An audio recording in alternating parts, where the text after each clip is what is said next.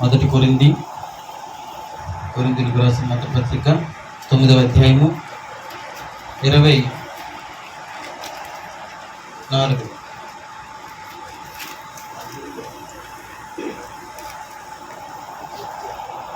22 నుంచి చదువుతున్నాను చూడండి. కొద్దిగా మీకు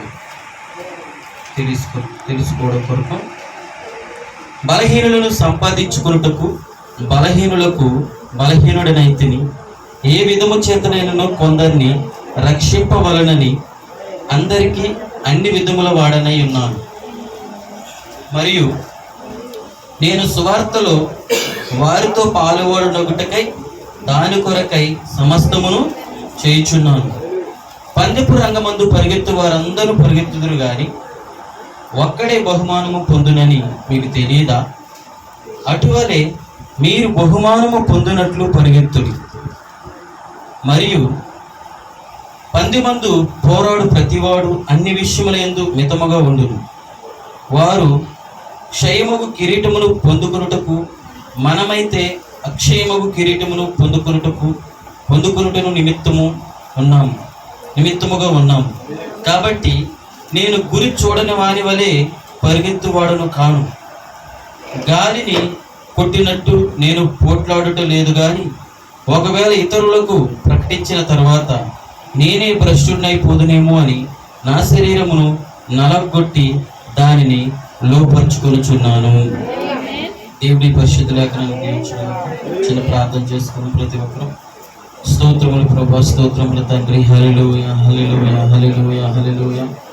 కృప కలిగిన దేవా, మహాగరుడ, మహోన్నతుడ, ఆశ్చర్యకరమైన నీ కృపను బట్టి నీకు వందనాలు, స్తుతులు, స్తోత్రాలు చెల్లిస్తున్నాం ప్రభా. దేవా, ఈ యొక్క మధ్యాహ్న కాల సమయంలో ప్రభా, ఇదిగో తండ్రి, మరి సాయంకాల సమయంలో ప్రభా, అయ్యా నీ ఎదుటికి వస్తున్నాం ప్రభా, కలవరి ఎదుటికి వస్తున్నాం ప్రభా, అయా కృప ఎదుటికి వస్తున్నాం ప్రభా. కృప చూపమని ప్రార్థిస్తున్నాం ప్రభా. ఈ స్థలమును సమస్తమును స్వాధీనపరచుకోమని ప్రార్థిస్తున్నాం. మాకు వ్యతిరేకంగా పోరాడుతున్న ప్రతి దెయ్యములను బంధించండి ప్రభా. ఈ సన్నిధి మాకు అనుగ్రహించండి. వినగలిగిన చెవులు గ్రహించే హృదయం దయచేయండి ప్రభా. యేసుక్రీస్తు నామములో మేము దేని చేత పట్టబడి ఉన్నామో ప్రభా, దేని నిమిత్తం పరిగెత్తవలసి ఉన్నదో ప్రభా, అయ్యా మీరు మాకు తెలియచేయమని ప్రార్థించున్నాం. మీరు మాకు బయలుపరచమని ప్రార్థిస్తున్నాం ప్రభా. మీరు మాతో మాట్లాడుచుండగా ప్రభా, మా హృదయములు మండునుగాక ప్రభా. మీరు మాతో మాట్లాడుచుండగా ప్రభా, అయ్యా మా స్థానములు మేము గ్రహించుకుందాం కాక ప్రభా. మీరు మాతో మాట్లాడుచున్నప్పుడు ప్రభా, ఓ మా స్థితిని మేము ఎరుగుదుముగాక ప్రభా. ప్రభా సహాయం చేసిన నీవే మా మధ్యలోకి రామని, అయా రంగం మీద కదిలాడమని ప్రభు యేసుక్రీస్తు నామమున అడిగి వేడుకని ప్రార్థించుచున్నాము. ఆమేన్. హల్లెలూయా. అందరం కూర్చుని సమయంలో హల్లెలూయా. సహోదరులారా, మరి మనం తరచుగా చాలాసార్లు ఈ వాక్యాన్ని వింటూనే ఉంటాం. హల్లెలూయా. మరి దేవుని చిత్తమైతే మరి ఈరోజు మరొకసారి దేవుడి వాక్యం మన ఎదురు తీసుకొచ్చున్నాడు. ఈ వాక్యం ద్వారా కొన్ని విషయాలు మనం తెలుసుకున్నాం. మరి ఎంతమంది మరి వాక్యాన్ని తెలుసుకోవాలని ఆశ కలిగి ఉన్నారు? హల్లెలూయా. మరి నిజంగా దేవుని వాక్యం చెబుతుంది, ఆశపడే ప్రాణాన్ని ఆయన తృప్తిపరిచే దేవుడై ఉన్నాడు. మరి ఖచ్చితంగా మన ఆశని ఆయన తృప్తిపరిచే దేవుడై ఉన్నాడు. హల్లెలూయా. మరి ఖచ్చితంగా దేవుని వాక్యము వినటం కొరకు, దేవుని మందిరానికి వెళ్ళటం కొరకు ఒక క్రైస్తవుడు ఎల్లప్పుడూ, మరి ఒక నిజమైన క్రైస్తవుడు, ఒక తిరిగి జన్మించిన వ్యక్తి ఎల్లప్పుడూ దేవుని మందిరానికి వెళ్ళాలని ఆశతో ఉంటాడని. ఎందుకంటే దేవుని సన్నిధిలో ఏమన్నదని చెప్తాడంటే దావీదు, సంపూర్ణ సంతోషం ఉన్నదని. హల్లెలూయా. అందుకే దావీదు అంటాడు, నీ బలిపీఠపు కొమ్ములకి నన్ను కట్టుకో ప్రభు అని అంటాడు. హల్లెలూయా. ఏంటంట? బలిపీఠపు కొమ్ములకి. హల్లెలూయా. ఈరోజు మనం సెల్ ఫోన్లు కట్టుకుంటాం, అవునా కాదా? సమస్యలు కట్టుకుంటున్నాం, సెల్ ఫోన్లు కట్టుకుంటున్నాం, మన సొంత పనులు కట్టుకుంటున్నాం, కానీ మన దేవుని బలిపీఠం ఎదుటి కట్టుకోవట్లా. హల్లెలూయా. ఎందుకంటే మనకు తెలుసు, ఇశ్రాయేలు ప్రజలు మరి ఆరాధించేటప్పుడు బలిపీఠానికి కొమ్ములు ఉంటాయి. ఎంతమంది పాతకాలపు ప్రత్యక్ష గుడారంలో బలిపీఠాలు చూశారు? బలిపీఠానికి 4 కొమ్ములు ఉంటాయి, 4 మూల. తీసుకొచ్చిన బలి పశువుని అటు ఇటు వెళ్ళిపోకుండా ఏం చేస్తారు తెలుసా? ఆ బలి పశువుని ఆ బలిపీఠపు కొమ్ములకి కడతారంట. హల్లెలూయా. దేవుని మహిమ కలుగును గాక. ఈ రోజు ఆ బలి పశువు ఎవరో తెలుసా? మనమే. హల్లెలూయా. ఈరోజు మనం ఎక్కడికి వచ్చామంటే దేవుని మందిరానికి వచ్చాం, దేవుని సన్నిధికి వచ్చాం. ఇప్పుడు మనం కూడా మన ఆశల్ని, మన కోరికల్ని, మన ఆలోచనలు, మన మనసు ఎక్కడెక్కడో తిరుగుతూ ఉంటది.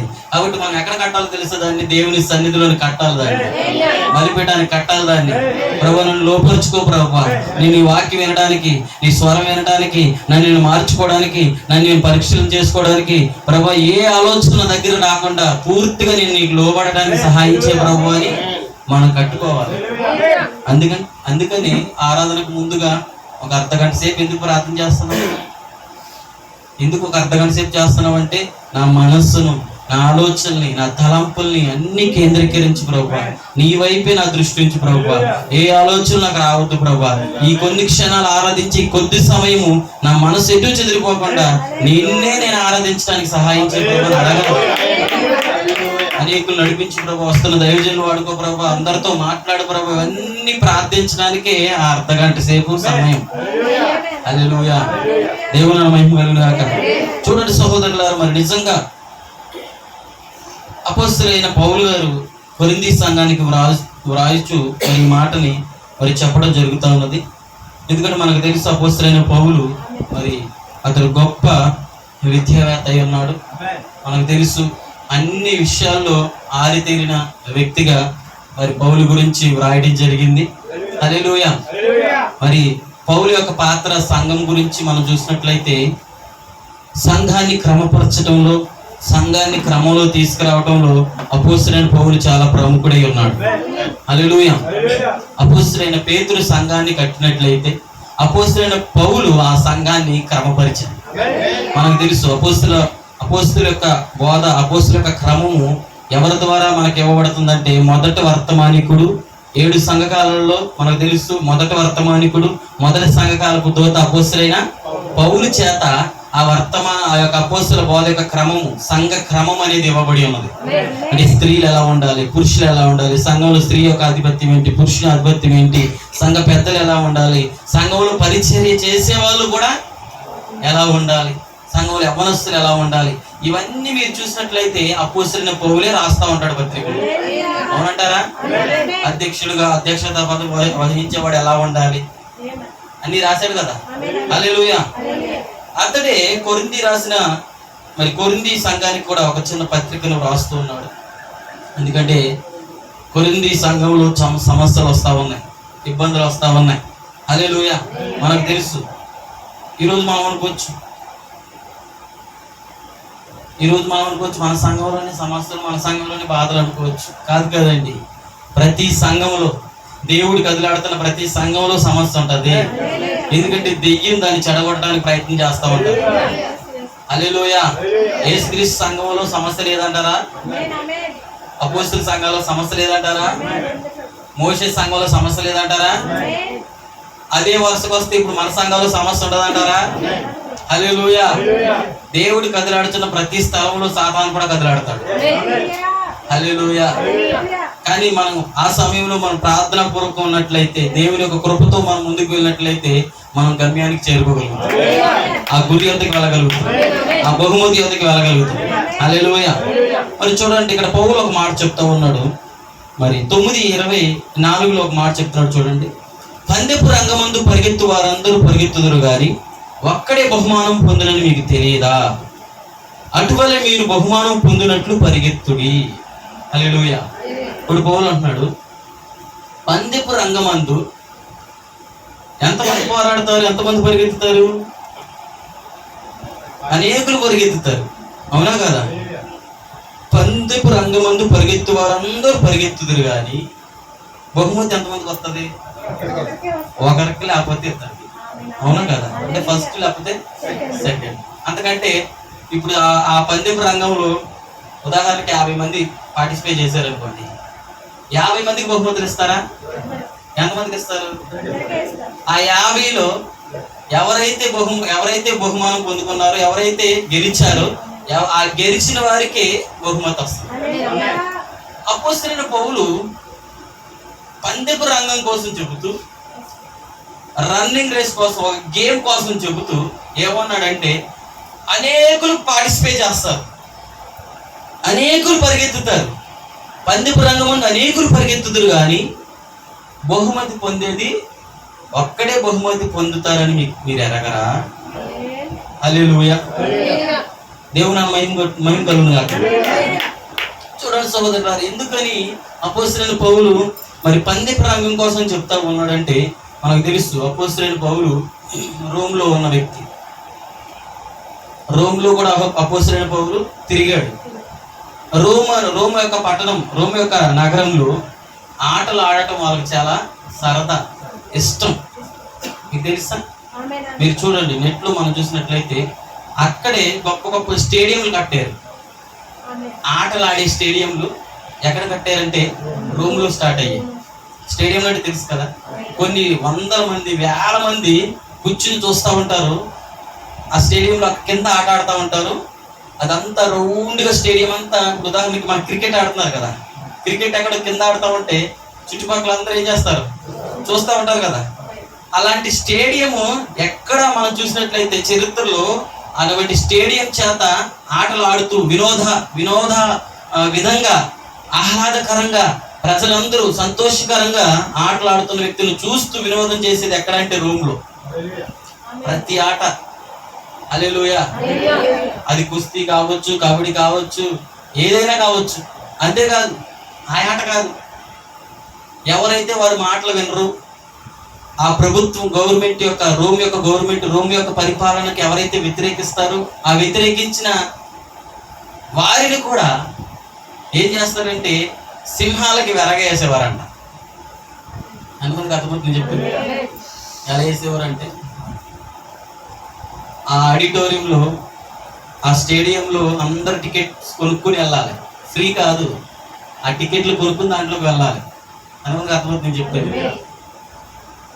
ఎవరైతే అంతకులు ఉంటారో, ఎవరైతే బాగా హత్య చేసిన వాళ్ళు, అంతకులు, దుర్మార్గులు ఉంటారో, లేకపోతే వారి యొక్క అధికారానికి లోబడిన వారు ఉంటారో, వారిని ఏం చేసేవారంటే ఆ స్టేడియంలో వదిలిపెట్టి సింహాల బోన్లు పైకి తెరిచేవారంట. వారి మధ్యలో ఉండే సింహాలు వచ్చి ఏం చేసి తెలుసా, వారిని పీకు తింటూ ఉండే. ఎవరిని? చచ్చిపోయిన వాళ్ళు కాదు, ఎవరిని? బ్రతుకున్న వాళ్ళు. వారు పరిగెత్తుతున్నప్పుడు, వారు గోడలు ఎక్కుతున్నప్పుడు, అవి పీకుతున్నప్పుడు, అవి పీకి నెల పట్టుకుంటాయి, కాళ్ళు నెల పీకుతాయి. ఇవన్నీ ప్రజలు వినోదంగా, ఒక ఎలకని పిల్లి అట్టుకుంటే మనం ఎలాగైతే సరదాగా చూస్తాం, ఎంతమందికి అర్థమవుతుంది? అలాగా మనిషిని సింహాలు తింటే ఎంత వినోదంగా ఉంటుందో దగ్గరుండి చూద్దామనేసి టికెట్లు కొనుక్కుని మరి ప్రజలు చూసేవారంట. అర్థమవుతుందని చెప్పేది. అలాంటి స్టేడియంలో క్రైస్తవులు కూడా ఎందుకని రోమ్ చక్రవర్తుల్ని ప్రభువులుగా ఆరాధించాలి? అవును కదా, రోమ్ చక్రవర్తుల్ని ప్రభువులుగా ఆరాధించాలి. వారి ప్రభువులుగా క్రైస్తవులు అంగీకరించేవారు కాదు. మా ప్రభు ఒక్కడే, మేము ఆరాధించే దేవుడు ఒక్కడే, ఆయనే ప్రభు అయిన యేసుక్రీస్తు అని క్రైస్తవులు ఎప్పుడైతే ఎదురు తిరిగారో వారిని అందరినీ పట్టుకుని ఆ స్టేడియంలో వేసి సింహాలు పైకి లేపేవారు. మనకు తెలుసు చరిత్ర అదంతా మీకు. అవునా కాదా? సింహాలకి ఎరచేయబడ్డారు క్రైస్తవులు. ఎక్కడ? స్టేడియంలోనే. ఆటలాడతారు ఆ స్టేడియంలో. ఇలాంటి శిక్షలు కూడా ఆ స్టేడియంలో వేస్తారు. వారు తింటా ఉంటే టికెట్స్ కొనుక్కుని ప్రజలు ఏం చేస్తారు చెప్పిన వినోదంగా చూసేవారంట. హల్లెలూయా. ఇప్పుడు క్రికెట్ అయినా ఏదైనా మనం చూడాలంటే, ఆ ప్లేస్కి చూడాలంటే ఏం చేయాలి? కొనాల్సిందే కదా. ఎవరు ఫ్రీగా నీకు స్టేడియంలోకి వెళ్ళనివ్వరు. టికెట్ ఉంటే నీకు వెళ్ళవు. అవునా కదా? టికెట్కి ఒక రేట్ ఉంటుంది, అంటే ప్లేస్కి ఒక రేట్ ఉంటుంది. కొద్ది క్రికెట్ దగ్గరగా ఉండే ప్లేస్ ఒక రేటు, కొద్ది మధ్యలో ఉండేది, ఒక చివరకు ఉండేది. అవునా కదా? ఎంతమందికి అర్థమవుతుంది? ఎంతమంది సినిమా చేశారు? ఇప్పుడు కాదు, అప్పట్లో. నేల టికెట్లు తెలుసా? నేల టికెట్లు ఎంత ఉంటాయి రేటు? అవునా కదా? ఉంటాయి లేదా? అలాగే ఆడిటోరియంలో వాళ్ళ సింహాలు పీకు తింటే దగ్గరుండి చూసే వాళ్ళకి ఒక రేటు, మధ్యలో ఉండి చూసే వాళ్ళకి ఒక రేటు, దూరం నుండి చూసే వాళ్ళకి ఒక రేటుగా ఆ గవర్నమెంట్, ఆ రోమా ప్రభుత్వం ఆ యొక్క స్టేడియం వారు ఏం చేసేవారంటే ప్రజలకి వెల ఇచ్చి టికెట్ కొనుక్కుని వెళ్ళి చూసేవారు అనమాట. అలాంటి స్టేడియం. ఇవన్నీ ఎవరు చూసారు తెలుసా? అపోస్తలుడైన పౌలుకి తెలుసు. ఆటలాడే విధానం పౌలుకి తెలుసు. ఎందుకంటే సాధారణంగా రోమ్ యొక్క ప్రజలు ప్రతిసారి ఆటలు ఆడటం వారికి ఇష్టం అన్నమాట. హల్లెలూయా. అంతేకాదు ఇప్పుడు మనం చూస్తున్నాం ప్రపంచంలో ఒలింపిక్స్ అనే గేమ్స్ ఆడబడుతున్నాయి. అవునా కదా? ప్రపంచంలో ఒలింపిక్స్ అనే గేమ్స్ పుట్టిందే రోమ్ అన్నమాట. కాల ప్రవక్త చెప్తున్నాడు, అసలు ఈ రోజు మనం ఆడుతున్న ఒలింపిక్స్ గేమ్స్ ఎక్కడి నుంచి వచ్చాయంటే అది రోమ్ నగరం నుండి వచ్చాయి. అంటే రోమ్ నగరంలో అన్ని రకాల ఆటలు ఆడగలుగుతారు. హల్లెలూయా. ఇప్పుడు అన్ని రకాల ఆటలు ఆడుతున్న ఆ ప్రాంతంలో సువార్త ప్రకటించేవాడు అపోస్తలుడైన పౌలు.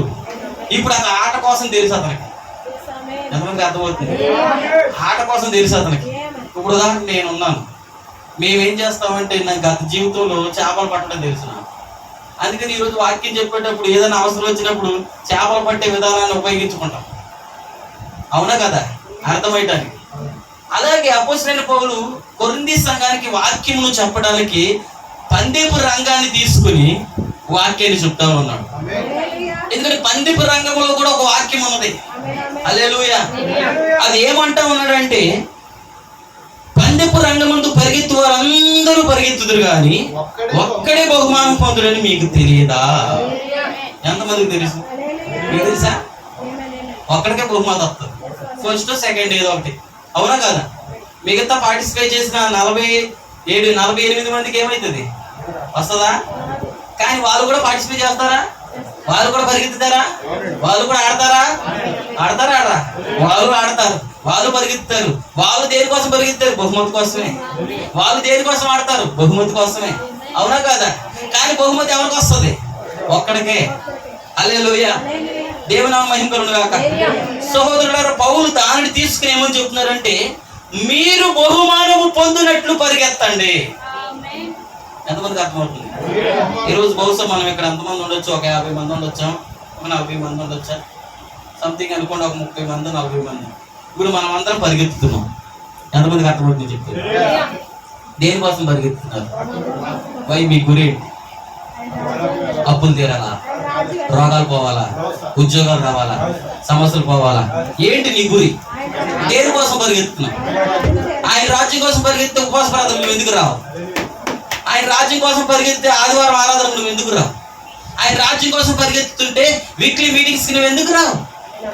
నేను చెప్పింది మీకు అర్థమవుతుంది. హల్లెలూయా.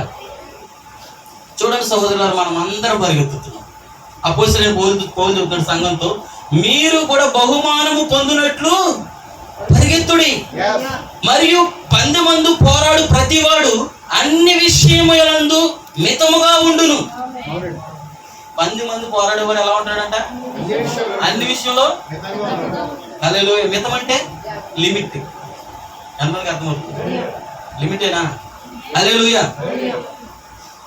చూడండి సహోదరులు, ఈ కాల ప్రవక్త చెప్తున్నాడు, ఆ యొక్క ఐగుప్తు నుండి 20 లక్షల మంది పందెంలో స్టార్ట్ చేయారట. ఎంతమంది? 20 లక్షల మంది స్టార్ట్ చేశారు పందెని. 20 లక్షల మంది పందెని స్టార్ట్ చేశారంట. రన్నింగ్ ఎక్కడి నుంచి? ఐగుప్తు నుంచి కానానికి పరిగెత్తాల. హల్లెలూయా. ఎన్ని లక్షల మంది పార్టిసిపేట్ చేశారు? 20 లక్షల మంది పార్టిసిపేట్ చేశారంట. ఎంత ఒడిదుడుకులు వాళ్ళకి, అవునంటారా? ఎన్ని సమస్యలు వాళ్ళకి, ఎన్ని ఇబ్బందులు వాళ్ళకి. హల్లెలూయా. వీరందరూ దేనికోసం పరిగెత్తుతున్నారు? కానానులో వారికి ఒక స్వాస్థ్యం ఉన్నది. కానానులో వారికి ఒక బహుమతులు ఉన్నాయి. వారి కొరకు దేవుడు ఒక స్వాస్థ్యం పెట్టాడు. వారికి బహుమతులు పెట్టాడు. వారికి భూభాగాలు పెట్టాడు. ఇప్పుడు ఈ 12 గోత్రాల వారు పరిగెత్తించాలంటే వారికి ఇవ్వబడిన భూభాగాలు స్వతంత్రించుకోవాలి. హల్లెలూయా. ఎంతమంది? 20 లక్షల మంది పరిగెత్తు రన్నింగ్ రేస్ లో పందెంలో ఉంటే బైబిల్ చెబుతుంది బహుమతి పొందుకుంది ఇద్దరే. ఎంతమంది పొందుకున్నారు? ఎవరు ఇద్దరు? యెహోషువ, కాలేబు. హల్లెలూయా. ఈరోజు సంగమా, ఈరోజు మనం అందరం పందెంలో ఉన్నాం.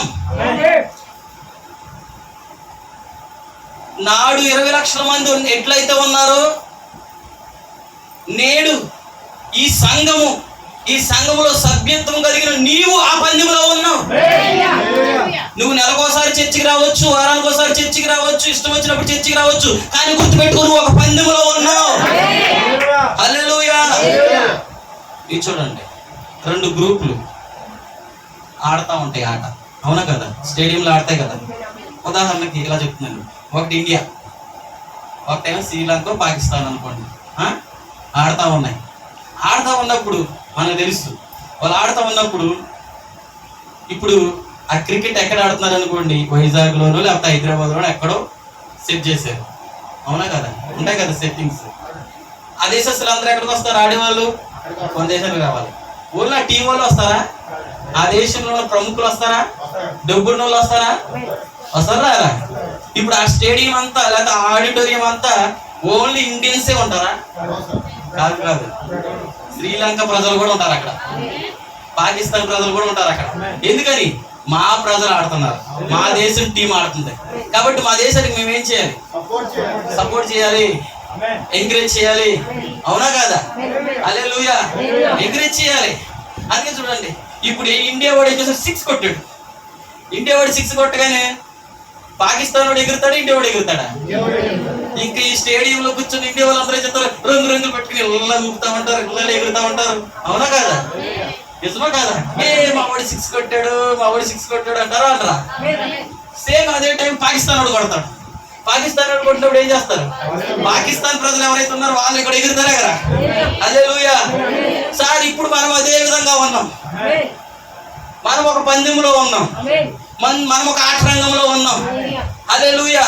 అపోస్తలుడైన పౌలు అంటున్నాడు, వారు క్షయమైన దాని కోసం పోరాడుతున్నట్లుగా. హల్లెలూయా.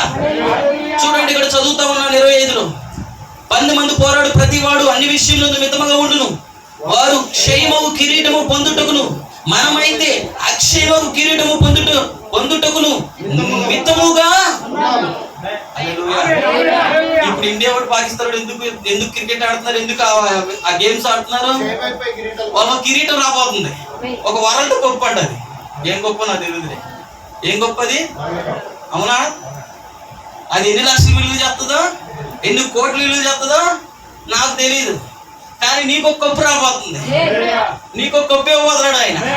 ఈ కప్పు డబ్బుతో కలపెట్టలేంది, బంగారంతో కలపెట్టలేంది. ఈ కప్పు నీకు నిత్య జీవాన్ని ఇస్తుంది, శాశ్వత జీవాన్ని ఇస్తుంది. హల్లెలూయా. దేవుని మహిమ కలుగును గాక. అయితే చూడండి, ఇప్పుడు మనం ఎవరో తెలుసా? గేమ్ ఆడుతుంటే కేకలు పడుతున్న ఆడియన్స్ కాదు మనం గేమ్ లో ఉన్న పార్టిసిపేట్ చేసేవాళ్ళు. అర్థమవుతుంది? ఇక్కడ పార్టిసిపేట్ చేసే వాళ్ళు ఉన్నారా? ఆడియన్స్ ఉన్నారా? ఆడియన్స్ అని తెలుసు కదా. ఆడియన్స్ ఎక్కడ ఉంటారు? పందెం రంగం బయట ఉంటారు. గేమ్ ఆడే వాళ్ళు పార్టిసిపేట్ చేసే వాళ్ళు ఎక్కడ ఉంటారు? సంగమా, ఈ రోజు నువ్వు ఆడియన్సా పార్టిసిపేట్ చేసే వ్యక్తివా? పార్టిసిపేట్ చేసే వ్యక్తి అంటే నీ గురి ఒకటి ఉంది, నువ్వు చేరాల్సిన గమ్యం ఒకటి ఉంది. హల్లెలూయా. ఈరోజు చాలా మంది క్రైస్తవులు సంఘంలో పార్టిసిపేట్ చేసేవారు లాగా ఉండరు,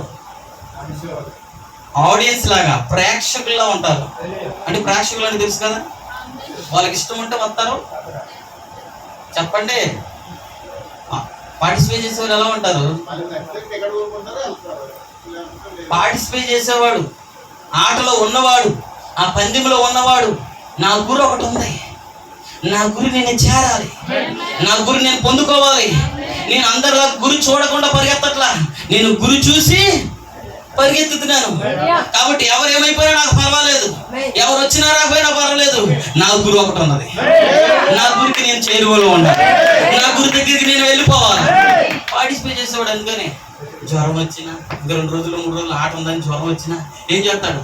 కోలుకోవడానికి ప్రయత్నాలు చేస్తాడు, శక్తి పొందుకోవడానికి ప్రయత్నాలు చేస్తాం.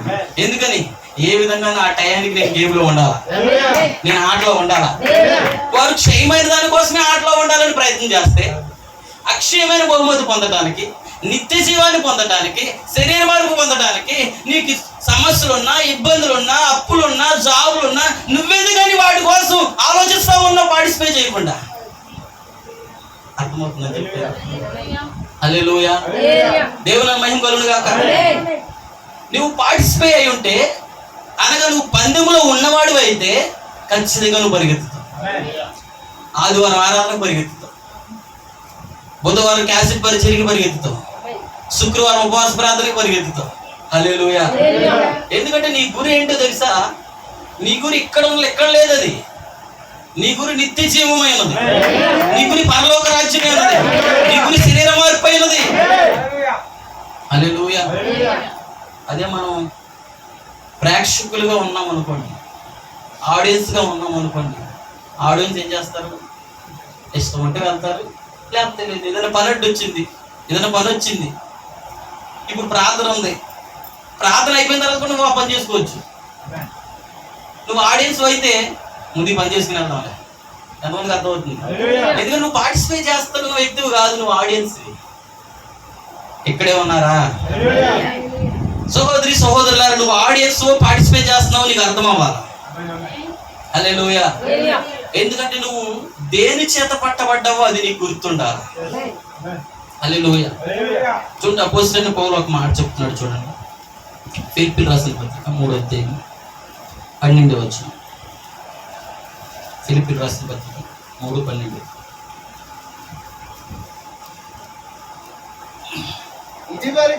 ఇదివరకే నేను గెలిచితినని ఆయనను ఇదివరకే సంపూర్ణ సిద్ధి పొందుతునని ఆయనను నేను అనుకున్నట్లేదు గాని దేని నిమిత్తము క్రీస్తు యేసు చేత పట్టబడితును దానిని పట్టుకొనవలని పరుగెత్తుచున్నాను. పౌలు అంటాడు, ఇదివరకే నేను గెలిచితినని అనుకోవట్లా, ఇదివరకే సంపూర్ణ సిద్ధి పొందుతునని నేను అనుకోవట్లా. చూడండి సహోదరులారా, నేను దేని నిమిత్తము క్రీస్తు యేసు చేత పట్టబడుతున్న దానిని పట్టుకొనవలనని పరిగెత్తుచున్నాను. హల్లెలూయా. నీవు దేని చేత పట్టబడ్డావు? అపోస్తలుడైన పౌలు ఒక కార్యం అపోస్తలుడైన పౌలు పట్టుకున్నాడు. పౌలు అంటున్నాడు, నేను దాని నిమిత్తమే పరిగెత్తుతున్నాను, దాన్ని పట్టుకోవాలని పరిగెత్తుచున్నాను. మనకు తెలుసు అపోస్తలుడైన పౌలు ఆ దమస్కు మార్గంలో వెళ్తున్నప్పుడు ఆ గొప్ప వెలుగు, ఆ దేవుని స్వరము పౌలు పట్టుకుంది, పౌలు దర్శించింది. హల్లెలూయా. ఎప్పుడైతే ఆ స్వరం దర్శించిందో, ఎప్పుడైతే పౌలు పట్టుకున్నాడో, ఇప్పుడు ఆ పౌలు ఏమన్నాడు చొప్పున? క్రీస్తు యేసు, హల్లెలూయా, నేను దేని నిమిత్తము క్రీస్తు యేసు చేత పట్టబడుతున్నా దానిని పట్టుకొనవలనని పరిగెత్తుచున్నాను. సహోదరులారా, నేను ఇదివరకే పట్టుకొని ఉన్నానని తలంచుకొనను, అయితే ఒకటి చేయించున్నాను, వెనుకున్నవి మరిచి ముందున్న వాటి కొరకు వేగిరపడుచు క్రీస్తు యేసునందు దేవుని ఉన్నతమైన పిలుపునకు కలుగు బహుమానము పొందవలని గురి యొద్దకే పరిగెత్తుచున్నాను. ఎక్కడ పరిగెత్తుతున్నాను అంటున్నాడు? గురి యొద్దకే. ఎందుకంటే దేవుడు నన్ను పట్టుకున్నాడు. ఇప్పుడు దేవుడు దేని నిమిత్తమైతే నన్ను పట్టుకున్నాడు, దేని నిమిత్తమైతే దేవుడు నన్ను దర్శించాడు, దాన్ని నేను పట్టుకోవాలి. హల్లెలూయా. దేవుని మహిమ కలుగును గాక. ఇప్పుడు చూడండి, అందుకని పౌలు యొక్క గురి ఏంటి? క్రీస్తుని చేరటం. పౌలు యొక్క గురి ఏంటి? దేవుని రాజ్యంలోకి వెళ్ళడం. పౌలు యొక్క గురి ఏంటి? ఆ 1000 ఏళ్ల పాలనలో, ఆ నిత్య రాజ్యంలో, ఆ యొక్క పెండ్లి విందులో ఉండటం. హల్లెలూయా. దేవుని మహిమ కలుగును గాక. ఇప్పుడు పౌలు వ్యాధి కోసమో, బాధల కోసమో, సమస్యల కోసమో పౌలు దేవుని పట్టుకోవాలా, లేకపోతే పౌలు దేవుడిని పట్టుకోవాలా? హల్లెలూయా. దేవుని యొక్క పరిచర్య నిమిత్తం, దేవుని యొక్క పని నిమిత్తం దేవుడు ఒక ఉద్దేశంతో పౌలు పట్టుకున్నాడు. హల్లెలూయా. దేవుని మహిమ కలుగును గాక. చూడండి సహోదరులు, ఈ పౌలు చెప్తా ఉన్నాడు, నేను ఇదివరకే గెలిచితినని ఆయనను, ఇదివరకే సంపూర్ణ సిద్ధి పొందుతున్నాను నేను అనుకోవట్లేదు. మనం చూసినట్లయితే అపోస్తలుడైన పౌలు రాసిన పత్రికలు, అపోస్తలుడైన పేతురు అంటున్నాడు, అపోస్తలుడైన పౌలు రాసిన పత్రికలు చదవటానికి, గ్రహించటానికి కష్టతరమైనవి అన్నాడా లేదా? ఎంతమంది విన్నారు ఆ మాటని? పేతురు రాసిన పత్రికలో ఉంటది అన్నమాట. హల్లెలూయా. ఎందుకంటే అటువంటి గొప్ప విశేషతలు, ప్రత్యక్షతలు, బయలుపాట్లు కలిగిన వ్యక్తి పౌలు అంటాడు ఒక చోట, ఈ అపోస్తలుడైన పేతురు కంటే, యోహాను కంటే, అపోస్తలుల కంటే నేనేమంత మాత్రం తీసివేయబడిన వాడిని కాను.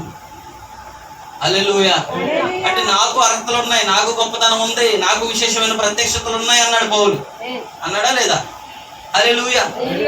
అటువంటి పౌలు ఏమన్నాడంటే, నేను ఇదివరకే గెలిచితనని అనుకోవట్లేదు, ఇదివరకే సంపూర్ణ సిద్ధి పొందుతునని అనుకోవట్లేదు. సంపూర్ణ సిద్ధి అంటే అర్థం ఏంటంటే అన్ని నాకు తెలుసని. హల్లెలూయా.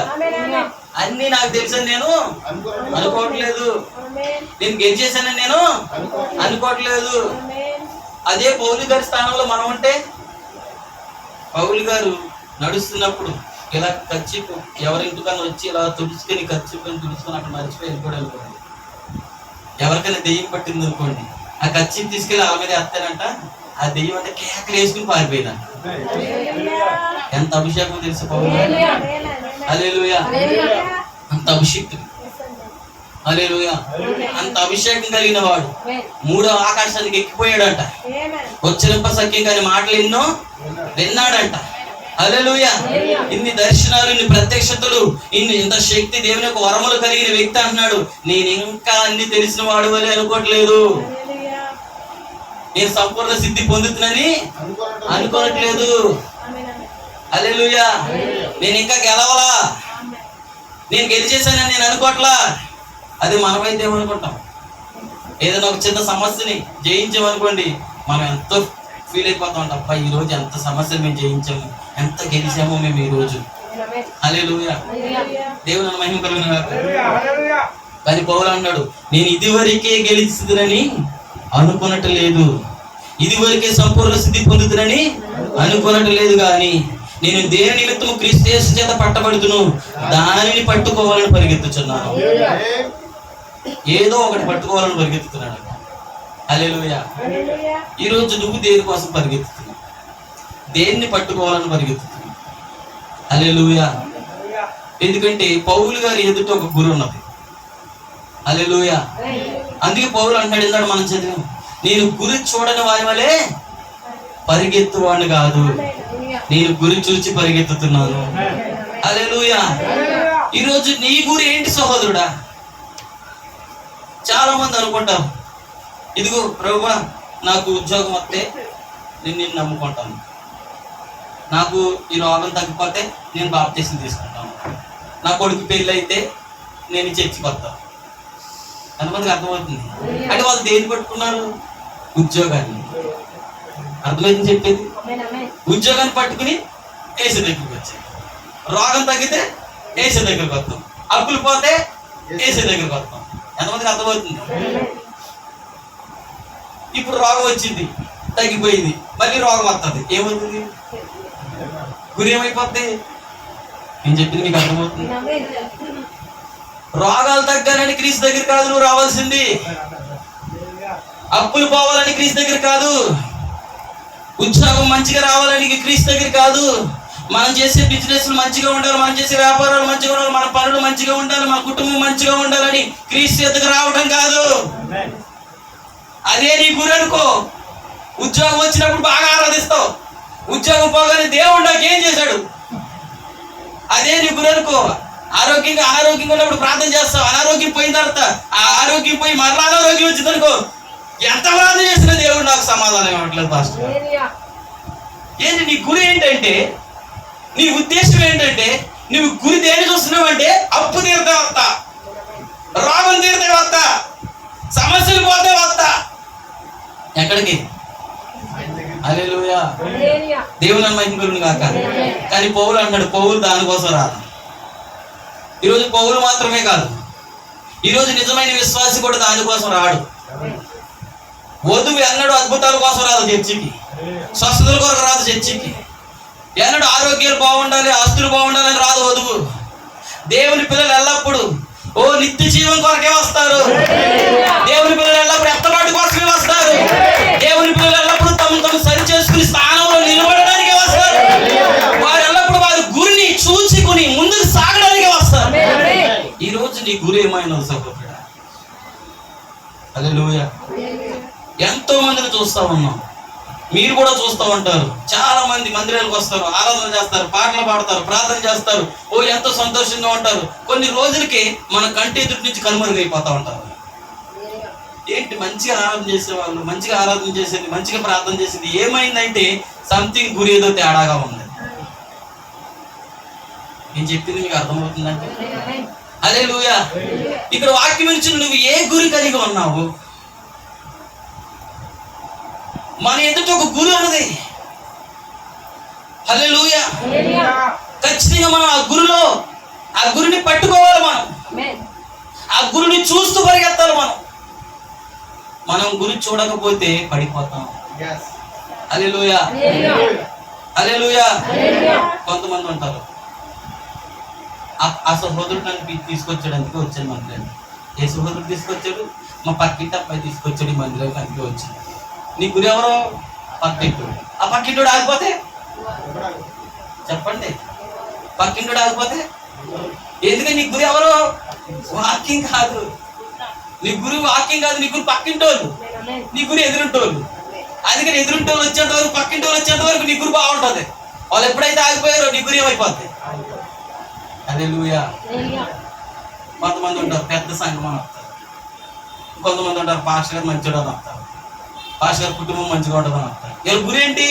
పాస్టర్ గారు మంచి.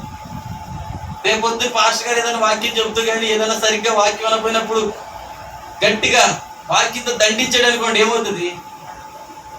పాస్టర్ గారు మంచి ఉంటుంది. నా కోసమే చెప్పు, ఎంతమందికి అర్థమవుతుంది నేను చెప్పి. అంటే ఇప్పుడు గురేంటి? సహోదరి సహోదరులారా, నువ్వు చూడవలసింది పాస్టర్ని కాదు, పాస్టర్ కుటుంబాన్ని కాదు, సంఘస్థులు కాదు, పక్కన ఉన్నవాడిని కాదు. నువ్వు చూడవలసింది వాక్యం అనే గురి. నువ్వు చూడవలసింది క్రీస్తుని మాత్రమే. నువ్వు క్రీస్తుని చూసినప్పుడే ముందుకు సాగావు. నీ ఎదుట ఎవరు గురిగా ఉన్నా, ఎంత పెద్ద సేవకుని గురిగా పెట్టుకున్నా, నువ్వు ముందుకు సాగాలి. హల్లెలూయా. ఎందుకంటే అపోస్తలుడైన పౌలు ఏమన్నాడు తెలుసా?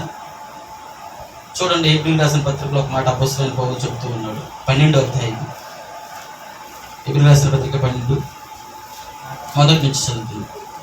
ఇంత గొప్ప సాక్షి సమూహము మేఘము వలెను ఆవరించి ఉన్నందున మనము కూడా ప్రతి భారమును సులువుగా చిక్కులు పెట్టి పాపమును విడిచిపెట్టి విశ్వాసమును కర్తయు దాన్ని కొనసాగించేవాడైన యేసు వైపు చూచుచు మన ఎదుట ఉంచబడిన పందెములో ఓపికతో మన ఎదుట ఏముంచబడింది?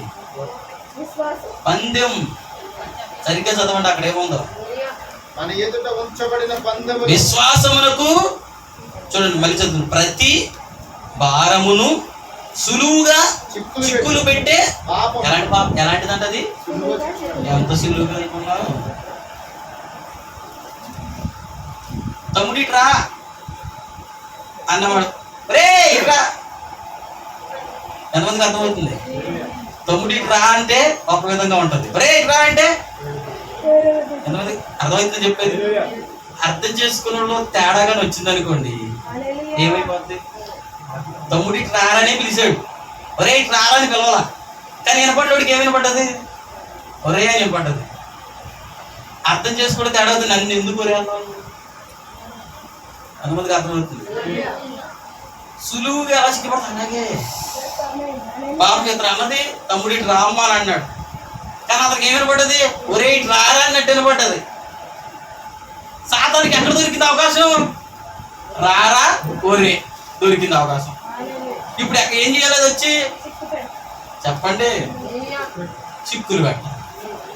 కుటుంబంలో కూడా అంతే, భార్య భర్తల మధ్యలో, పిల్లల మధ్యలో, స్నేహితుల మధ్యలో పెద్ద పెద్ద మాటలే ఉండవు. చిన్న మాటే నన్ను ఎంత మాటన్నా ఉండవు. అసలు భర్త అంటాడు, అసలు ఇంత చేసినా కూడా నువ్వు అసలు లెక్కలేదు నీ కానీ భార్య అంటాడు, నన్ను ఎంత మాట అన్నావా? ఎంత మాట అనేదే ఉండదు, ఇంత మాటే, ఇంత మాట అన్నది. అవునా కదా? ఇంత మాట ఎంత దూరం తీసుకెళ్తుంది? నువ్వు వద్దు నాకు, అసలుకి అనవసరంగా నేను పెళ్లి చేసుకున్నావు, మా అమ్మ ముందే చెప్పాను అసలు వద్దు.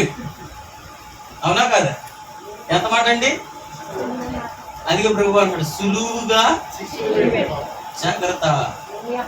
భర్తలో ఉండి, భార్యలో ఉండి, పిల్లల్లో ఉండి, సహోదరుల్లో ఉండి, సహోదరుల్లో ఉండి సులువుగా చిక్కులు పెడతాదంట. హల్లెలూయా. అది గుర్తుపెట్టుకుని సులువుగా చిక్కులు పెట్టి ఆ సాతాన్ని, ఆ పాపాన్ని నువ్వు జయించాలంటే నువ్వు ఒక పందెములో ఉన్నావు, నువ్వు ఒక గురి కలిగి ఉన్నావు.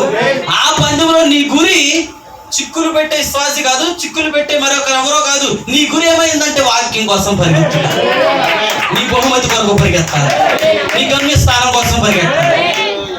అందుకని అంటున్నాడు, ప్రతి భారమును సులువుగా చిక్కులు పెట్టు, ప్రతి పాపమును విడిచిపెట్టి విశ్వాసమును కర్తయు దాన్ని కొనసాగించేవాడైన యేసు వైపు చూచుచు మన ఎదుట ఉంచబడిన పందెములో ఎలా పరిగెత్తాలి ఉందంటారు ఈరోజు? ఓపిక. హల్లెలూయా. మన ఎదురు ఏముందన్నాడు? పందెం. ఏం సార్ పందెమా? అవును. హల్లెలూయా. ఎక్కడ ఉంది పందెం? నువ్వు ఎప్పుడైతే ఒక క్రైస్తవుడిగా విశ్వసించావో, ఎప్పుడైతే రక్షణ తీసుకున్నావో, అప్పటి నుండి నీ పందెం స్టార్ట్ అయింది. ఎక్కడ పరిగెత్తాలో తెలుసా? భూమి నుండి నిత్య జీవం దాకా. నీ శరీర మార్పు దాకా నీ పందెమే, నీకు ఎత్తబడేదాకా నీ పందెమే, పెండ్లి విధికి వెళ్ళేదాకా నీ పందెమే. హల్లెలూయా. వాడు చేసే ప్లాన్ ఏంటి తెలుసా? ఎలాగైనా నువ్వు ఆ చివరి గోల్ దగ్గరికి వెళ్ళకూడదు. హల్లెలూయా. అందుకే నేను ఏం చేయలేడు, మధ్యలో కాలెడ్డాడతాడు, చెయ్యెడ్డాడతాడు, వాడు వచ్చి గుద్దుకుంటాడు. కారణం ఏంటి? నీ గురి ఏంటి? విశ్వాసమున కర్త, దాన్ని కొనసాగించబడిన యేసు వైపు చూస్తూ వెళ్ళిపోతున్నాం. వాక్యం కోసం వెళ్ళిపోతున్నాం, వాక్యంతో వెళ్ళిపోతున్నాం. అయితే ఎలాగైనా నిన్ను గలిబిలి చేయాలి వాడు. నిన్ను పందెంలోంచి పక్కకి బ్రేక్ చేసేయాలి వాడు. నువ్వు పందెంలోంచి పక్కకి వెళ్తే బహుమతి నీకు ఉండదు, పెండ్లి వస్త్రం నీకు ఉండదు, పెండ్లి విందులోకి ఆహ్వానం నీకు ఉండదు. హల్లెలూయా. దేవుని మహిమ కలుగును గాక.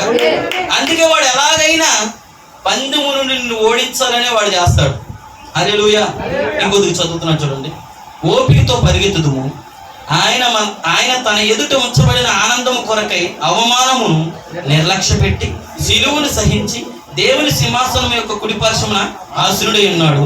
మీరు అలసట పడకయు మీ ప్రాణములు విసకకయు ఉండినట్లు పాపాత్ములు తమకు వ్యతిరేకంగా చేసిన తిరస్కారం అంతా ఓర్చుకొనిన ఆయనను తలంచుకొనుడి. హల్లెలూయా. మనం ఎవరిని తలంచుకోవాలి? ఎందుకని? మీరు చూసినట్లయితే ఏప్రిల్ రాసిన పత్రిక 11వ అధ్యాయం అంతా దేనికోసం రాయబడిందంటే విశ్వాస వీరుల జాబితా అంటారు. అవునా కదా? విశ్వాసాన్ని బట్టి సింహాల నోలను మూయించాడు, విశ్వాసాన్ని బట్టి అగ్నిబలము చల్లార్చబడింది, విశ్వాసాన్ని బట్టి ఎరుకు కోటగోడలు కూర్చిపోయాయి, విశ్వాసం బట్టి సింహాల నోలను చీల్చివేయబడ్డాయి. ఇలా విశ్వాసం కోసం వాడకట్టారు, విశ్వాసంతో దేవుడితో నడిచి కొనుక్కోబడ్డాడు. ఇలా విశ్వాసం కోసం, విశ్వాస వీరుల కోసం చెప్తూ 12వ అధ్యాయం స్టార్ట్ చేస్తూ పోలేమన్నాడు తెలుసా? ఇంత గొప్ప సాక్షి సమూహం మనల్ని ఆవరించి ఉంది కదా. మీరు ప్రతి భారమును సులువుగా చిక్కులు పెట్టి ప్రతి పాపను విడిచిపెట్టి దావీదుని చూస్తూ ముందుకు సాగండి అలా. దావీదు హృదయానుసారుడేనా? దేవుని హృదయానుసారుడేనా? గొప్పవాడేనా? కానీ మరి దావీదుని చూస్తూ ముందుకు సాగొచ్చుగా. యేసేపును చూస్తూ ముందుకు సాగండి అలా. ఎందుకంటే యేసేపు ఒక మనిషే, దావీదు ఒక మనిషే. హల్లెలూయా. అపోస్తలుడైన పౌలు రాస్తూ నన్ను చూస్తూ కూడా ముందుకు సాగమనలా. ఎవరిని చూడాలి మనం? దావీదుని కాదు, యేసేపుని కాదు, సంసోన్ని కాదు, ఓ వారిలో ఉండి ఆ పని చేస్తున్న ప్రభువైన యేసుక్రీస్తుని చూడాలి. అందుకని యేసు వైపు చూడండి. హల్లెలూయా. ఈరోజు నీ గురి పాస్టర్ కాదు, పాస్టర్ గా నీ గురి పెట్టుకున్న వరకు ఒక్కరోజు ఏమైతే చెప్పిన గురి తప్పుతావు. ఎందుకు చెప్పిన ఒకరోజు పాస్టర్ తప్పుకోవచ్చు, నువ్వు అలా తప్పుకోవచ్చు. హల్లెలూయా. ఎందుకంటే నీ గురి దావీదు వంటి పాస్టర్ కాదు, యేసేపు వంటి పాస్టర్ కాదు, కానీ మన గురి ప్రభువైన యేసుక్రీస్తు. అందుకని ఈ కాల ప్రవక్త అన్నాడు, మిమ్మల్ని నేను పరలోకం తీసుకెళ్ళలేను, ఏ వ్యక్తి కూడా పరలోకం తీసుకెళ్ళలేము. మనల్ని పరలోకం తీసుకెళ్లేవాడు ఒక్కడే, ఆయనే ప్రభువైన యేసుక్రీస్తు. నువ్వు చూడవలసిన ఆయనకి వెళ్ళే, మనం చూడవలసిన ఆయనకి వెళ్ళే. సహోదరి, మనం ఒక పందెంలో ఉన్నాం. ఎలాగైనా పందెంలో ఉన్న మనల్ని ఓడించాలని, ఆట నుండి పక్కకి డిస్మిస్ చేయాలని సాతాను గాడు ఎంతో ప్రయత్నం చేస్తున్నాడు. ఎక్కడ సార్ పందెం? ఎక్కడ జరుగుతుంది సార్ పందెం అంటే? రోజు పందెమే, నిత్యము పందెమే, ప్రతి క్షణము పందెమే.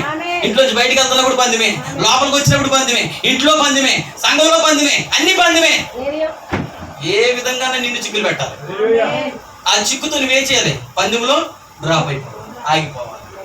హల్లెలూయా. ఎంతమందికి అర్థమవుతుంది? కానీ దేవుడు నిన్ను ఆగిపోవడానికి ఎన్నుకోలేదండి, దేవుడు ముందుకు సాగడానికి ఎన్నుకున్నాడు. హల్లెలూయా. దేవుని మహిమ కలుగును గాక. చూడండి సోదరులారా, మనం ముందుకు సాగేవారిగా ఉండాలి. మన ఎదుట ఎవరిని పెట్టుకోవాలి? వాక్యాన్ని. నీకు సమస్యలు వచ్చినప్పుడు, ఇబ్బందులు వచ్చినప్పుడు, భర్త ద్వారా కానీ, భార్య ద్వారా కానీ, పిల్లల ద్వారా కానీ, సేవకుల ద్వారా కానీ, సంఘం ద్వారా కానీ, విశ్వాస ద్వారా కానీ, ఎవరి ద్వారా కానీ నీకు సమస్య వచ్చినప్పుడు నువ్వు దేన్ని చూడాలో తెలుసా? నీ ఎదుట ఒక విశ్వాసానికి కర్త ఉన్నాడు, వాక్యమైన దేవుడు ఉన్నాడు. ఆయన్ని చూస్తూ ముందుకు సాగాలి. ఎందుకంటే నువ్వు పట్టుకోవాల్సింది ఒకటి ఉంది. హల్లెలూయా. దేవుని మహిమ కలుగుగాక. అందుకని అన్నాడు, పోరాడు వారు అన్ని విషయంలో మిత్తముగా ఉంటారు కాబట్టి. వారు క్షయమైన బహుమతి కొరకు మిత్తముగా ఉంటే మనం అక్షయమైన బహుమతి కొరకు ఉండాలన్నాడా లేదా? మితం అంటే ఏంటి? తగ్గి ఉండాలి. మితం అంటే ఏంటి? అన్నిట్లో లిమిట్. హల్లెలూయా. మీకు విషయం తెలుసా? ఏదైనా ఒక గేమ్ ఉంది, ఉదాహరణకి ఒక గేమ్ ఆడే అతను మీకు పరిచయం చేస్తాను. క్రిస్టియన్ రొనాల్డో అనే వ్యక్తి ఉన్నాడు. క్రిస్టియన్ రొనాల్డో ఎవరన్నా విన్నారు పేరు? క్రిస్టియన్ రొనాల్డో ఎవరితడు? ఫుట్బాల్ ప్లేయర్, అవునా కదా? ఆదిత్య తెలుసు. Football player. ఎంత మంచి ప్లేయర్ అంటే మామూలు ప్లేయర్ కాదు అసలు. అతను గేమ్లో ఉన్నాడంటే ఖచ్చితంగా ఆ గేమ్ అతను విన్ అవ్వాల్సిందే. హల్లెలూయా. అతని దగ్గరికి బాల్ వచ్చింది అనుకోండి, అది ఖచ్చితంగా గోల్ అవ్వాల్సిందే. అతని చేతిలో బాల్ వస్తే ఖచ్చితంగా గోల్ అవ్వాల్సిందే, దాన్ని తప్పేది లేదు ఇక. హల్లెలూయా. అతను ఎగిరితే 6-7 అడుగులు ఎగురుతారంట ఒక్కసారి. ఎందుకు ఫుట్బాల్ వేసినప్పుడు ఏం చేస్తారంటే అక్కడ గోల్ ఉంటుంది కదా, లేకపోతే మీరు ఏం చేస్తారంటే ఆ బాల్ని పంపించేటప్పుడు ఒక్కోసారి ఎగరాల్సి వస్తుంది, దూకాల్సి వస్తుంది. ఎందుకని 2 టీంలు ఉంటాయి, అవునా కదా? ఇటువైపు ఒక టీం ఉంటుంది, ఇటువైపు ఒక టీం ఉంటుంది, గోల్ ఒక వైపు ఉంటుంది. ఇప్పుడు వీళ్ళు ఏం చేయాలి? వీళ్ళ చేతిలోంచి బాల్ తీసుకుని, ఇప్పుడు ఉదాహరణకు మన టీం అనుకోండి, ఎంతమందికి అర్థమవుతుంది? ఇక నేను 2 టీంలు తీసుకొస్తాను. ఇదేమో నిత్య జీవానికి వెళ్ళే టీము, ఇది నిత్య నాశనానికి వెళ్ళే టీము. నిత్య నాశనానికి వెళ్ళే టీము, నిత్య జీవానికి వెళ్ళే టీము ఆటలో ఉన్నాయి. ఇప్పుడు ఒక ఇంట్లోనే ఉంటాయి కూడా, ఒక చర్చిలో కూడా ఉంటాయి, మనలోనే ఉంటాయి 2. అన్నాడా లేదా ప్రవక్త? హల్లెలూయా. ఇప్పుడు గోల్ ఏంటి? నీ దగ్గరున్న బాల్ని ఎలాగైనా గోల్లో తీసుకెళ్ళాలి. అంటే ఎలాగైనా ఆ రింగ్ దగ్గరికి, ఆ గీత దగ్గరికి తీసుకెళ్ళాలి, అవునా కాదా? హల్లెలూయా. ఈ క్రిస్టియన్ రొనాల్డో అనే వ్యక్తి ఎంత మంచి ప్లేయర్ అంటే చాలా మంచి ప్లేయర్. ఇతనికి చాలా మంచి పేరు ఉంది. ఇతనికి వస్తున్న డబ్బులతో పేదవాళ్ళకి సహాయం చేసే గుణం కూడా ఎక్కువ. ఇలాంటి వ్యక్తి 6 అడుగులు 5 అడుగులు 7 అడుగులు హైట్ ఎగరుతున్నాడంటే స్టార్టింగ్ ఎగరలా. ఇతడు ఆ విధంగా ఆట ఆడడానికి ఎంత వ్యాయామం చేస్తుంటాడు, అవునంటారా? ఎంత కష్టపడి ఉంటాడు, ఎంత మితంగా తినాలి, అవునా కాదా? హల్లెలూయా. ఎందుకంటే ఎలా పడతాలో తింటే ఏమవుతుంది?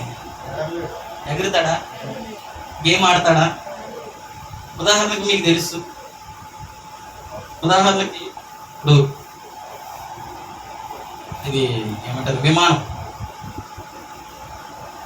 విమానంలో ఆ యొక్క చేరాలనుకోండి, అంటే విమానం నడిపే దాంట్లో కానీ, విమానంలో ఏదన్నా పని, వర్క్, జాబ్, విమానం దాంట్లో జాబ్ రావాలనుకోండి, నీకు ఎయిర్ ఇండియాలో జాబ్ రావాలనుకోండి, మీకు విషయం తెలుసా? నువ్వు పీకిల దాకా తినేసి ఇంతలా బలిసిపోతే ఎవరు అక్కడ నీకు ఇస్తారండి? లేదు. మీకు తెలుసా? వాళ్ళకు రూల్ ఉంటుంది, నువ్వు 60 కేజీలే ఉండాలి. పోను 1 కేజీ 66 కేజీలు ఉన్నావు అనుకో, సరే 61 కేజీ ఉన్నావు అనుకో, తీసి పక్కనే వేస్తారు. తీసేస్తారు, తీసేయరా. పోను నువ్వు 59 ఉన్నావు, ఏం చేస్తారు? పక్కనే వేస్తారు, తీసి. ఏమన్నా నువ్వు 59 ఉన్నావు కదా, 61 కేజీ 1 కేజీ పెరిగేదాకా పోయి వ్యాయామం చేసుకోపో అంటారు. ఎంతమందికి అర్థమవుతుంది? బాడీ ఫిట్నెస్ ఎలా ఉండాలి? కరెక్ట్గా ఉండాలి. హల్లెలూయా. 1 కేజీ బరువు అయిపోయిందంటే 1 కేజీ బరువు కాదు, వాళ్ళ రూల్స్ అది తప్పు, వాళ్ళ సిస్టమ్ అది తప్పు. అది హల్లెలూయా. 6 అడుగులు అయిపోయి ఉండాలి, నువ్వు 5 అడుగులే ఉన్నావు. సార్ 1 అడిగే కదా, పర్లేదు లేండి అంటే నువ్వు ముందు పోరా బయట. ఎంతమందికి అర్థమవుతుంది చెప్పి? ఎందుకని? నువ్వు అది నడపాలంటే వారు చెప్పినట్టుగా 6 అడుగులు ఉండాలి, వారు చెప్పినట్టుగా 60 కేజీలే ఉండాలి. ఎంతమందికి అర్థమవుతుంది? హల్లెలూయా. అలా నువ్వు లేవనుకో, ఏం చేస్తారు తెలుసా? నీకు జాబ్ లేదు, నాట్ అలౌట్ అంటారు. ఎంతమందికి అర్థమవుతుంది చెప్పేది? హల్లెలూయా. అలాగే షుగరు, బీపీలు, ఇంకా ఇతర అన్ని టెస్టులు చేస్తారు తెలుసా? జాబ్కి వెళ్ళేటప్పుడు చేస్తారు లేదా? టెస్టులన్నీ చేస్తారు బ్రదర్. జాబ్ చేయాలంటే ఏదైనా చిన్న ప్రాబ్లం ఉన్నా అది రికవర్ అయ్యేంత వరకు తీసుకోరు, అవునా కదా? హల్లెలూయా. చూడండి సోదరులారా, భూమి మీద ఒక పని కొరకు నిర్మించబడుతున్న వ్యక్తికి ఫిట్నెస్ సరిగ్గా లేకపోతే వారు పెట్టిన విధి ప్రకారంగా హైట్ లేకపోతే, వారు పెట్టిన కొలతలో బరువు లేకపోతే, వారు పెట్టిన కొలతలో వారి శరీర దృక్పథం లేకపోతే వారిని తీసి పడేస్తున్నారు. హల్లెలూయా. మరి పరలోక సంగతి ఏంటంటారు? హల్లెలూయా.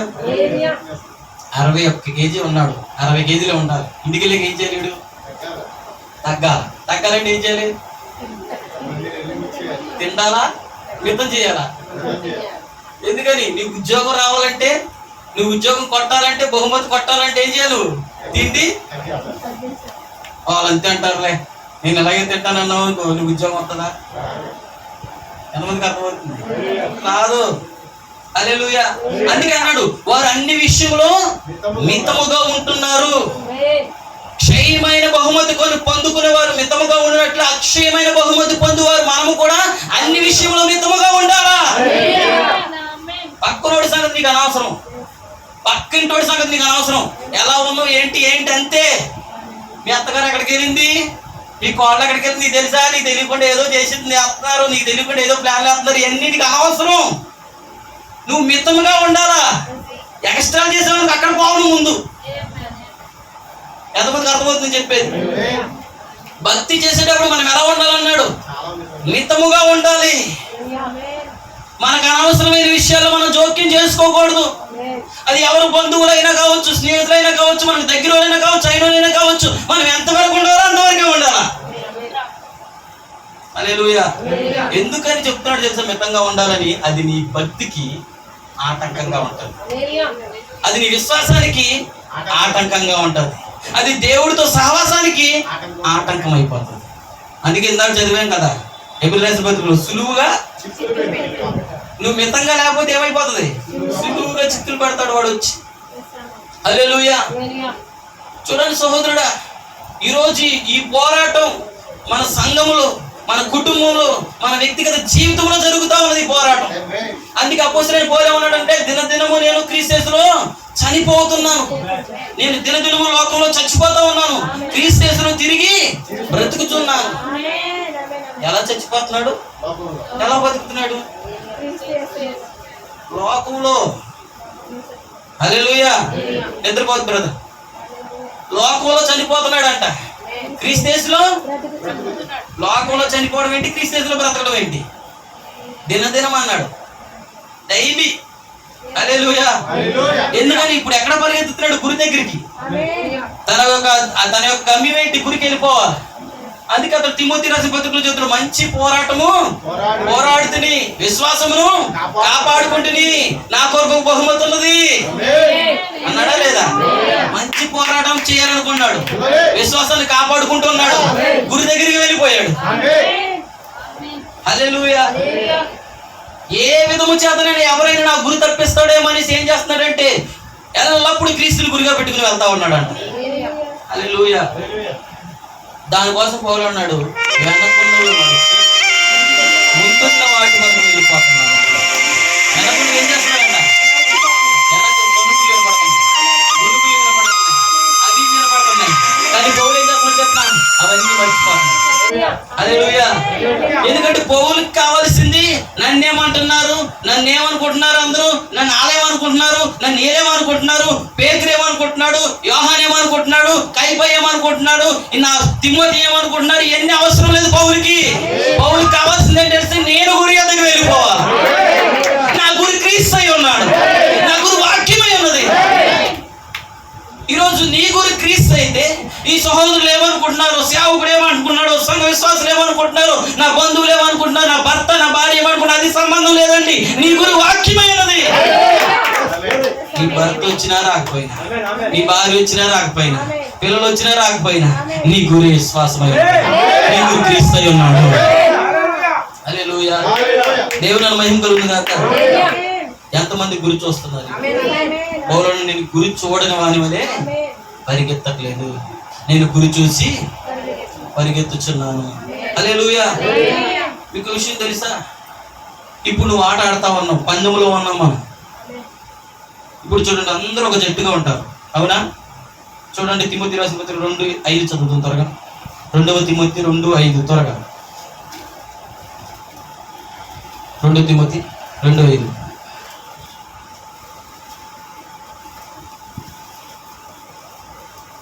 2 తిమోతి 2 మరియు చూడండి. మరియు జట్టి అయిన వాడు పోరాడినప్పుడు నియమ ప్రకారం పోరాడు కంటే పోరాడకుంటే వానికి కిరీటం దొరకదు. ఏం దొరకదు? జట్టు అయిన వాడు ఎలా పోరాడాలంట? నియమం ప్రకారం. జట్టు అంటే తెలుసు కదా, టీం లో ఉన్నవాడు ఎలా పోరాడాలి? నియమం ప్రకారం పోరాడాలి. నియమం అంటే క్రమం, ఆటకు ఇవ్వబడిన రూల్ ప్రకారం, ఆ క్రమం ప్రకారం, నియమంలో ఆ జట్టులో ఉన్నవాడు పోరాడాలి. హల్లెలూయా. అందరూ దేవుని స్తోత్రం చూద్దామా? హల్లెలూయా. నిద్రపోతున్నారా? నిద్రపోతున్నారు కదా. హల్లెలూయా. దేవుని మహిమ కలుగును గాక. చూడండి సహోదరులారా, అపోస్తలుడైన పౌలు తిమోతికు రాస్తే ఏమంటున్నాడంటే, జట్టి అయిన వాడు మరియు జట్టి అయిన వాడు పోరాడునప్పుడు నియమం ప్రకారం పోరాడుకుంటే వానికి కిరీటం దొరకాలంటే బహుమతి. కిరీటం అంటే ఏంటి? బహుమతి, గిఫ్ట్. నీకు గిఫ్ట్ దొరకాలంటే, నీకు బహుమతి కావాలంటే నువ్వు ఎలా పోరాడాలా చెప్పండి? నియమం ప్రకారం, క్రమం ప్రకారం. హల్లెలూయా. నువ్వు ఒక బిలీవర్ కావచ్చు, సంఘ పెద్ద కావచ్చు, సేవకుడు కావచ్చు, ఓ సాంగ్ లీడర్ కావచ్చు, ఎవరైనా కావచ్చు, కానీ ఒక నియమం ఉంది. నియమం ప్రకారం పోరాడాలి. నియమం ప్రకారం పోరాడకపోతే నీకు కిరీటం, బహుమతి ఉండదు, కిరీటం ఉండదు. హల్లెలూయా. ఈ రోజు దేవుడు ఒక నియమాన్ని మనకి ఇచ్చాడు. మనం ఇప్పుడు పోరాటంలో ఉన్నామంటే ఆ పోరాటంలో, ఆ పందెంలో ఒక నియమం ఉంది. ఇప్పుడు జట్టు ఏంటి అనుకున్నారు? కాకినాడలో ఉన్న సంఘం ఒక జట్టు, రామాపురంలో ఉన్న సంఘం ఒక జట్టు. ఎంతమందికి అర్థమవుతుంది? జట్లు ఉన్నాయా లేవా? ఇప్పుడు గేమ్స్ ఆడతారండి. ఎంతమందికి తెలుసు? జిల్లా స్థాయిలో, మండల స్థాయిలో గేమ్స్ ఆడతారా? ఆడారు మీరు ఎప్పుడైనా? హల్లెలూయా. పెడతారు కదా, గవర్నమెంట్ పెడతా ఉంటది కదా. గేమ్స్ ఆడేటప్పుడు ఏం చేస్తారంటే ఒక్కొక్క ఊర్లు వారిగా పిలుస్తారు లేదా? పలానా గుంటూరు టీం రావాలి, నెల్లూరు టీం రావాలి, కాకినాడ టీం రావాలి. అవునా? మన ఏదో జరిగింది చూసారా? హల్లెలూయా. అంటే టీం ప్రకారం పిలుస్తారు లేదా? టీం అనగా జట్టి. ఇప్పుడు అపోస్తలుడైన పౌలు జట్టి అయిన వాడు పోరాడినప్పుడు నియమము ప్రకారంగా పోరాడితేనే బహుమతి పొందుకుంటాడు. హల్లెలూయా. దేవుని మహిమ కలుగును గాక. చూడండి, ఖచ్చితంగా చూడండి, దేవుడు మనకు ఒక నియమం ఇచ్చాడు. ఎంతమందికి కబడ్డీ తెలుసు కదా? ఖోఖో తెలుసా? చిన్న లైన్ ఉంటుంది, అవునా కదా? చిన్న లైన్ ఉంటుంది. నువ్వు ఆ లైన్లోనే వెళ్ళిపోవాలి. నీకు అదర్ పాయింట్ ఉంటుంది, అదర్ జట్టు ఉంటుంది, ఇంకో టీం ఉంటుంది, అవునా కదా? ఒక టీం ఏమో ఆట ఆడుతూ ఉంటా, ఒక టీము వారికి దొరకకుండా తప్పుకుంటా ఉండాలి. 2 టీంలు ఆడతాయి. ఇప్పుడు ఒక టీం కూర్చున్నారు, ఒక టీము వారి మధ్యలో దొరకకుండా నిలబడాలి. ఇప్పుడు నేను కూర్చున్న టీం వాళ్ళు ఏం చేస్తారు చెప్పనా? ఎలాగైనా ఆ వ్యక్తిని పట్టుకోవాలా, ఆటలో గెలవాలా, బహుమతిని. అంతేనా? ఇప్పుడు దానికి ఒక రూల్ ఉందంటారా? ఆట ఆడేటప్పుడు ఆ పరిగెత్తోడు ఇలా పరిగెత్తి వాడికి ఇలా వెనక్కి తిరిగేయడానికి అట్టే పోవాలి. మరలా ముందుకు రాకూడదు ఇంకా, అవునా కాదా? ఇప్పుడు ఆ తప్పించుకుని తిరిగేవాడు, అదర్ టీం వాడు తప్పించుకుని తిరిగేవాడు కూడా లైన్ పడుతుంది. ఆ లైన్లో ఇలా వెళ్ళాలి. ఆ లైన్కి కాలు ఇటు పెట్టినా ఇటే పోవాలి, కాలు ఇటు పెట్టినా ఇటు కాలు పెట్టి ఇటు వెళ్ళాడు అనుకో, ఫస్ట్ ఎవడ అవుట్ అయిపోతాడు? ఆడే అవుట్ అవుతాడు, ఫాల్ అవుతుంది, అవునా కదా? పాయింట్ పోతుందా లేదా? నువ్వు సరిగ్గా ఆడకపోయినా, నియమం ప్రకారం ఆడకపోయినా ఆట గేమ్ నీకు ఎవరికి వస్తుంది? పాయింట్ అదర్ టీం వరకు వస్తుంది. నేను చెప్పింది మీకు అర్థమవుతుంది? ఇప్పుడు కబడ్డీ ఆడుతున్నారు, ఏంటి ఆటల కోసం చెప్తారు? ఆటల పోటీలు అనుకోకండి, ఇక్కడే మన నియమం ఉంది, ఇక్కడే మన క్రమం ఉన్నది. హల్లెలూయా. ఇప్పుడు కబడ్డీ ఆడుతున్నారు. కబడ్డీ ఆడుతున్నప్పుడు నువ్వేం చేస్తావు? నీకు బోనస్ రావాలంటే లైన్లో సెంటర్ పాయింట్ ఒకటి ఉంటుంది, అవుట్ చేసేది. దాని తర్వాత ఒకటి ఉంటుంది, దానికి చివర పట్టుకునే స్థలం దగ్గర ఒకటి ఉంటుంది, అవునా కదా? ఇప్పుడు ఆ స్థలం దగ్గరికి వెళ్ళి నువ్వు ఏం చేయాలంటే నీ కాలు ఇలా పెట్టి ఇలా లేవాలి, అవునా కదా? అలా లేకపోతే నీకు ఏ పాయింట్ వస్తుంది? బోనస్ పాయింట్ వస్తుంది. నువ్వు ఆటలో ఓడిపోయినా, నువ్వు అవుట్ అయిపోయినా, గెలిచినా నీకు ఒక బోనస్ పాయింట్ వస్తుంది. ఎంతమందికి అర్థమవుతుంది? వస్తుందా రాదు? ఇప్పుడు నువ్వేం చేస్తావంటే ఆ బోనస్ పాయింట్ పట్టుకుని నువ్వు పరిగెత్తుకుని వస్తున్నప్పుడు నేను ఎవరైనా పట్టుకున్నారు, నువ్వు పట్టుకుని వారిని ఎదుర్చుకుంటూ నువ్వు వచ్చి నిన్ను పట్టుకునేటప్పుడు ఇక్కడ ఒక పాయింట్ లైన్ ఉంటుంది. ఆ పాయింట్ లైన్ ఎవరైతే ఎంతమంది అయితే దాటారో వారందరూ ఏమైపోతారు? హల్లెలూయా.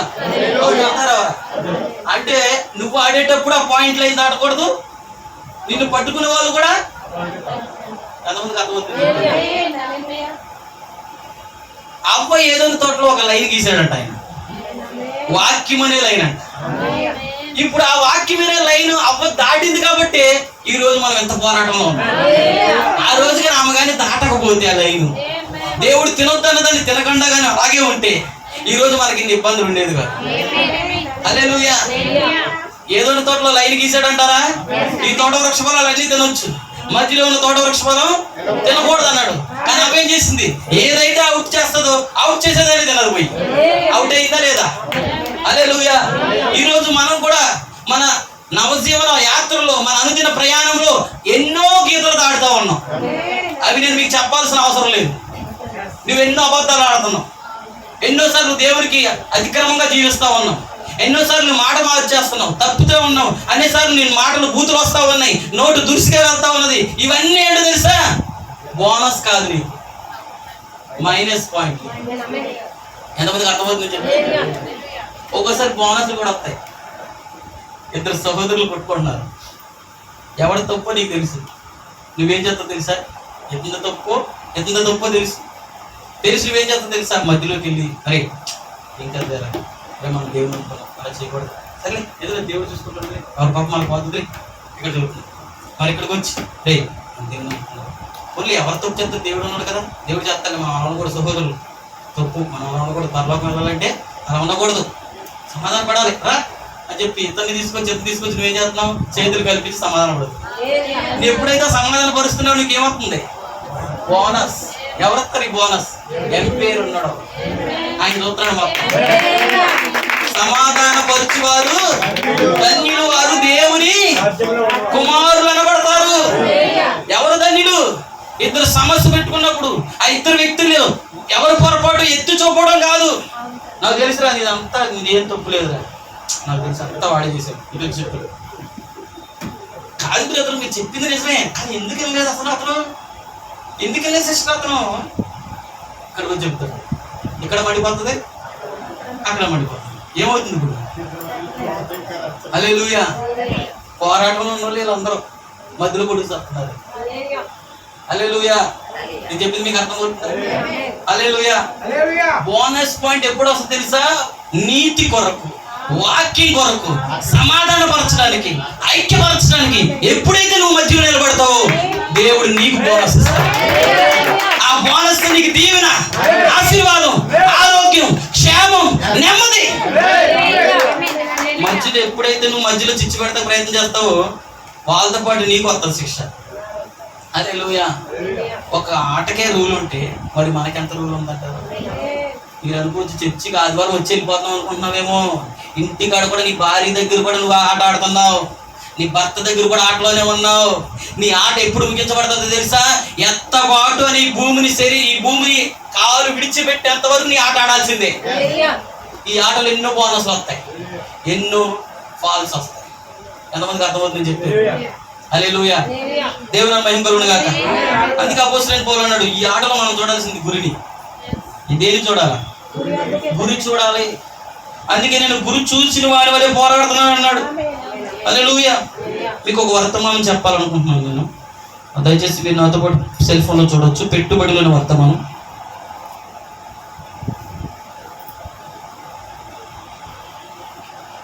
పెట్టుబడిలోని వర్తమానంలో 93వ పేరా అంటే పెట్టుబడిలోని వర్తమానం. సెల్ ఫోన్ మనకి దాంట్లో కూడా ఉంది, మెసేజ్ యాప్లో కూడా ఉంది. 93వ పేరాలో చదువుతున్నాను, చూడండి.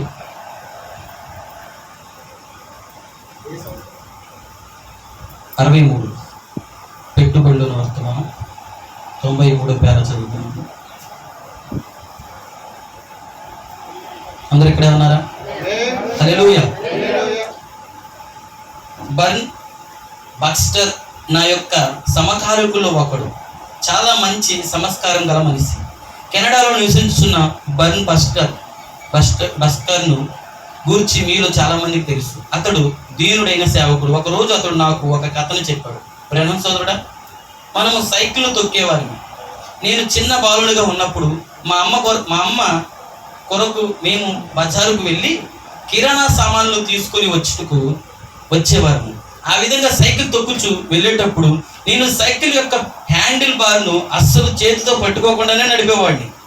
స్విన్ అను పేరు గల కంపెనీ వారు ఒక అడుగు ఎడల్పు కలిగి మరియు భూమిపై 2 అడుగులు ఎత్తు పెట్టబడిన చెక్కపై ఎవరైతే 30 గజాల దూరము వరకు పడిపోకుండా సైకిల్ను నడపగలరో ఆ బాలుడికి ఒక సైకిల్ ఉచితంగా ఇవ్వబడినని స్విన్ అనే కంపెనీ వారు ప్రకటించారు.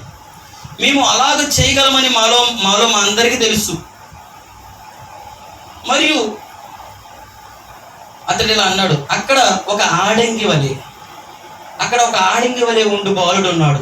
అతనితో మేమెన్నడూ స్నేహం చేసేవారం కాదు. ఎందుకనగా అసలు అతనికి ఏమీ తెలియనట్లు అతడు ఉండును గనుక అతని కంటే మాకే అన్ని తెలుసని మేము అనుకుని తలంచేవారు. ఆ కంపెనీ వారు ప్రకటించిన పోటీల్లో పాల్గొనటకు సామర్థ్యము గలదో లేదో కానీ అతడు కూడా పోటీలో పాల్గొన్నాడు. కానీ ఏమి జరిగిందో మీకు తెలుసా? సైకిల్ తొక్కలేక మధ్యలో మేమందరం బోర్ల పడ్డాం.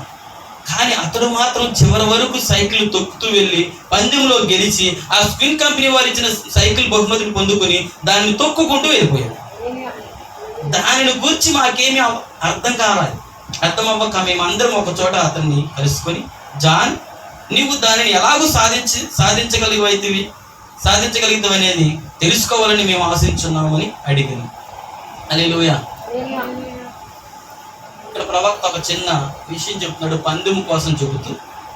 పందెపు రంగం కోసం చెబుతూ ప్రవక్త అన్నాడు, ఎర్న్ బక్స్టర్ అనే ఒక వ్యక్తి చెబుతున్నాడు ప్రవక్త బ్రహ్మం గారికి, అతని స్నేహితుడు. బ్రహ్మం, మనం చిన్నప్పుడు సైకిల్ తొక్కే వాళ్ళని గుర్తుందా అన్నాడు. అవును బ్రదర్, అవును ఫ్రెండ్ అన్నాడు. అయితే నీకు తెలుసా, మా అమ్మ ఏమైనా సరుకులు తేవాలన్నా, కిరాణా తేవాలన్నా, కూరగాయలు తేవాలన్నా, మార్కెట్కి వెళ్ళాలన్నా చెప్పగానే నేను ఏం చేసేవానంటే సైకిల్ తొక్కుని వెళ్ళి కూరగాయలు తెచ్చేవాడిని, సైకిల్ తొక్కుని మార్కెట్కి వెళ్ళేవాడిని, కిరాణా తెచ్చేవాడిని. అయితే విషయం ఏంటంటే నీకు బాగా తెలుసు, నేను సైకిల్ తొక్కేటప్పుడు అసలు నీ హ్యాండిలే పట్టుకోను. హ్యాండిల్ పట్టుకోకుండా ఏం చేస్తానంటే సైకిల్ తొక్కుని వెళ్తారు కదా. ఇప్పుడు కూడా చాలా మంది వెళ్తారా, హ్యాండిల్ పట్టుకోకుండా ఇలా చేతులు తొక్కుని, హ్యాండిల్ పట్టుకోకుండా ఇలా చేతులు పైకెత్తి స్టైల్గా, అవునా కదా? ఇప్పుడు కూడా ఉన్నారు మన మధ్యలో అలాంటి వాళ్ళు, పిల్లలు తొక్కుంటూ చేతులు వదిలేస్తారు. ఇప్పుడు ఈ బక్స్టర్ అనే వ్యక్తి కూడా అలాంటి వ్యక్తి. తొక్కుంటూ చేతులు వదిలేసి ఎంత దూరం తొక్కేస్తాడంట. అలాంటి వ్యక్తి అంటే అనుకునేవాడట, నాకు అంత తొక్కేవాడు ఎవరో లేరు అనుకునేవారంట. దాంతో పాటు ఇంకా కొంతమంది పిల్లలు ఉన్నారు, వాళ్ళు కూడా అలాగే తొక్కునేవారంట. అలా తొక్కుతున్న సమయంలో ఏమైందంటే ఒకరోజు స్విన్ అనే కంపెనీ వారు, సైకిల్ కంపెనీ పేరు స్విన్ అనే సైకిల్ కంపెనీ వారు ఏం చేశారంటే ఒక పందెం పెట్టారంట. ఏంటి ఆ పందెం అంటే చూడండి, 2 అడుగులు ఎత్తు మరియు భూమిపై నుండి 1 అడుగు ఎడల్పు 2 అడుగులు ఎత్తు గల చెక్కపై 30 గజాల దూరం తొక్కాలి పడిపోకుండా. 2 అడుగులు ఎత్తు, 1 అడుగు ఎడల్పు చెక్క అంట. అడిగంటే ఎంత ఉంటుందో మరి, ఎంత ఉంటుందేమో ఒక ఇంత చెక్కని 2 అడుగుల ఎత్తులో 1 అడుగు చెక్క 2 అడుగుల ఎత్తులో 30 గజాలు తొక్కాలంట పడిపోకుండా. సాధారణంగా అది ఎంత ఉందా, 2 అడుగులు ఎత్తు అంటే ఎంత అనుకోండి, బహుశా ఇంత ఎత్తులో చెక్కలు పెట్టారు. ఇప్పుడు ఏం చేయాలంటే ఆ చెక్క మీద తొక్కాలి, 30 గజాలు తొక్కాలి. ఇప్పుడు అనుకున్నారంట, అప్ప హ్యాండిల్ వదిలేసే తొక్కేద్దాం మనం, ఈ 30 గజాలు ఎందుకు తొక్కలేవు అనుకుని ఏం చేశారంట, వాళ్ళందరూ పేర్లు ఇచ్చారంట. పేర్లు ఇచ్చినప్పుడు చూడండి, అక్కడ ఒక అతను ఉండేవాడంట. అతను ఎవరంటే జాన్ అనే ఒక వ్యక్తి ఉండేవాడంట. వాళ్ళ వయసు వస్తుంది. అతను ఎల్లప్పుడు వీరితో కలిసేవాడు కాదంట, వాళ్ళు కూడా వీరితో కలిసేవారు కాదంట. అతను ఎలా ఉండేవాడు అంటే వీరు అనుకున్నారంటే ఒక ఆడింగ్ వాళ్ళ ఉండేవాడు అనుకునేవారంట. ఎగతాళి చేసేవారంట, ఎక్కిరించేవారంట అతన్ని. ఆ బాలుడు ఎప్పుడు సైకిల్ తొక్కినట్టు వీరు చూడలేదంట. ఎప్పుడు మా ఎదురు తొక్కలేదు కదా, ఒక తొక్కినా మేమైతే హ్యాండిల్ వదిలేసి తొక్కేద్దాం, వాడు ఎలా తొక్కుతాడోలే అని అతనికి శక్తి ఉందో లేదో సామర్థ్యం ఉందో తెలియదు, కానీ అందరితో పాటు ఆ అబ్బాయి కూడా పేరిచ్చాడు, జాన్ కూడా పేరిచ్చాడు. ఆ రోజు రానే వచ్చింది పోటీ వచ్చినప్పుడు ఏమైందంటే ఒకరి తర్వాత ఒకరు అందరూ ఏం చేస్తున్నారు, మేము తొక్కేస్తామని ఆ చెక్క మీద ఏం చేస్తున్నారు, కంపెనీ వాళ్ళు ఆ చెక్క మీద ఉన్న సైకిల్ పెట్టినప్పుడు వాళ్ళు తోస్తారు అనమాట. తోసినప్పుడు ఏం చేయాలంటే తొక్కుంటా గురి దగ్గరికి వెళ్ళిపోవాలి, ఆ గమ్యం దగ్గరికి వెళ్ళిపోవాలి, ఆ చివరి దగ్గరికి వెళ్ళిపోవాలి. ఇప్పుడు ఏం చెప్తున్నాడంటే ఈ బక్స్టర్ అంటున్నాడు, మేమందరము ఏమి జరిగిందో తెలుసా, సైకిల్ తొక్కలేక మధ్యలోనే మేమందరం బోర్లపడ్డాం. కానీ జాన్ వచ్చాడు, అతను స్టార్ట్ చేసి సైకిల్ స్టార్ట్ చేసి అక్కడ నుంచి ముగించి అతను తొక్కుని గేమ్లో విన్ అయ్యి ఆ స్వింగ్ కంపెనీ వారు ఇచ్చిన బహుమతి సైకిల్ తొక్కుంటూ ఇంటికి వెళ్ళిపోయాడు. ఇది మాకు అర్థం కాలేదు. హ్యాండిల్ బార్ వదిలేసిన అంత ప్రముఖులు, అంత మగోళ్ళు మేమేమైపోయాం మాకు తెలియలేదు బ్రహ్మం, ఏం జరిగిందో మాకు అర్థం కాలేదని అడుగుతున్నారు. అప్పుడు జాన్ అనే వ్యక్తిని మేము అడిగాం, జాన్ మేము అయితే మార్కెట్కి వెళ్ళేటప్పుడు కానీ కిరాణాకి వెళ్ళేటప్పుడు కానీ హ్యాండిల్ బార్ని వదిలేసి తొక్కేస్తాం ఎలా పడతా అలాగా, అసలు నువ్వు ఎప్పుడు తొక్కినట్టే లేదు, అలాగే నువ్వెలా గెలిచేవరై చాలా విచిత్రంగా ఉందని అడుగుతున్నప్పుడు ఆ జాన్ చెప్తున్నాడు, చూడండి మంచిది అబ్బాయిలు, ఏమి జరిగిందో నేను మీకు చెప్తాను, మీరందరూ ఏమి చేయించున్నారో నేను గమనించేవాడిని, కానీ మీలా కాకుండా వేరే విధంగా నేను నేర్చుకున్నాను. ఇప్పుడు అన్నాడు మొదటి తరగతిని పోయావు, నేను చూసా, ఈ తరగతి కూడా పోయాడు, మొత్తం ఎంతమంది ఉన్నారు, 15 మంది దాకా 10 మంది దాకా ఉన్నారు పోటీలో, మీ 15 మంది ఆడేదాకా చూశాను నేను, ఒకరి తర్వాత ఒకరు ఆడుతూ ఉన్నాడు, మీరు ఏం పొరపాట్లు చేస్తున్నారు, మీరు ఏ తప్పులు చేస్తున్నారు, ఎక్కడ టెన్షన్ పడుతున్నారు అన్నీ నేను అబ్జర్వ్ చేశాను, అన్నీ చూశాను నేను. అంటే వీళ్ళు ఈ టెన్షన్ పడుతున్నారు కాబట్టి, ఈ మిస్టేక్ చేస్తున్నారు కాబట్టి వీళ్ళు ఏం చేస్తున్నారు, బోర్లా పడ్డారు. ఇప్పుడు నా సమయం వచ్చినప్పుడు, నా టైం వచ్చినప్పుడు వీరు చేసే మిస్టేక్లు నేను చేయకూడదు, కాబట్టి నేనేం చేయాలంటే వీరు చేసే మిస్టేక్లు చేయకూడదు, కాబట్టి నేను మిమ్మల్ని అబ్జర్వ్ చేశాను. అబ్బాయిలు ఏం లేదు, మీరు మిస్టేక్లు చేశారు, మీరు ఏ పొరపాట్లు చేశారో ఆ పొరపాట్లు నేను చూస్తూ ఉంటే చూడండి మీరందరూ ఏం చేయించున్నారో నేను గమనించేవాడిని, కానీ మీలా కాకుండా వేరే విధంగా నేను నేర్చుకున్నాను. మీరు గమనించండి, మీరు దాని మీద కూర్చున్నప్పుడు వారు మిమ్మల్ని ముందుకు తోసేవారు, మీరు దాన్ని చక్కగా నడిపేవారు, నాకంటే మీరందరూ చాలా చక్కగా సైకిల్ తొక్కేవారని మీరందరికీ తెలుసు. ఎందుకనగా చేతులు వదిలేసి తొక్కడం నాకు రాదు, హ్యాండిల్ బార్ని వదిలేసి నేను తొక్కలేను, మీరందరూ హ్యాండిల్ బార్ వదిలేసి తొక్కగలరు, పట్టుకోకుండా సైకిల్ నేను తొక్కలేను, నడపలేనని అతడు అన్నాడు. మరియు ప్రవక్తనుడు, నేను కూడా సిలువును పట్టుకోకుండా నేను ముందుకు సాగలేను. ఒక క్రైస్తవుడు కూడా దేన్ని పట్టుకోవాలా, సిలువును పట్టుకోకుండా ముందుకు సాగలేము. హల్లెలూయా. చూడండి, సిలువును పట్టుకోకుండా నేను ముందుకు సాగిపోలేను. మీరు చూసారా, ఈ వాక్యము నా జీవితం యొక్క భాగమై ఉన్నది, అదే మీకు కూడా కావలసినది.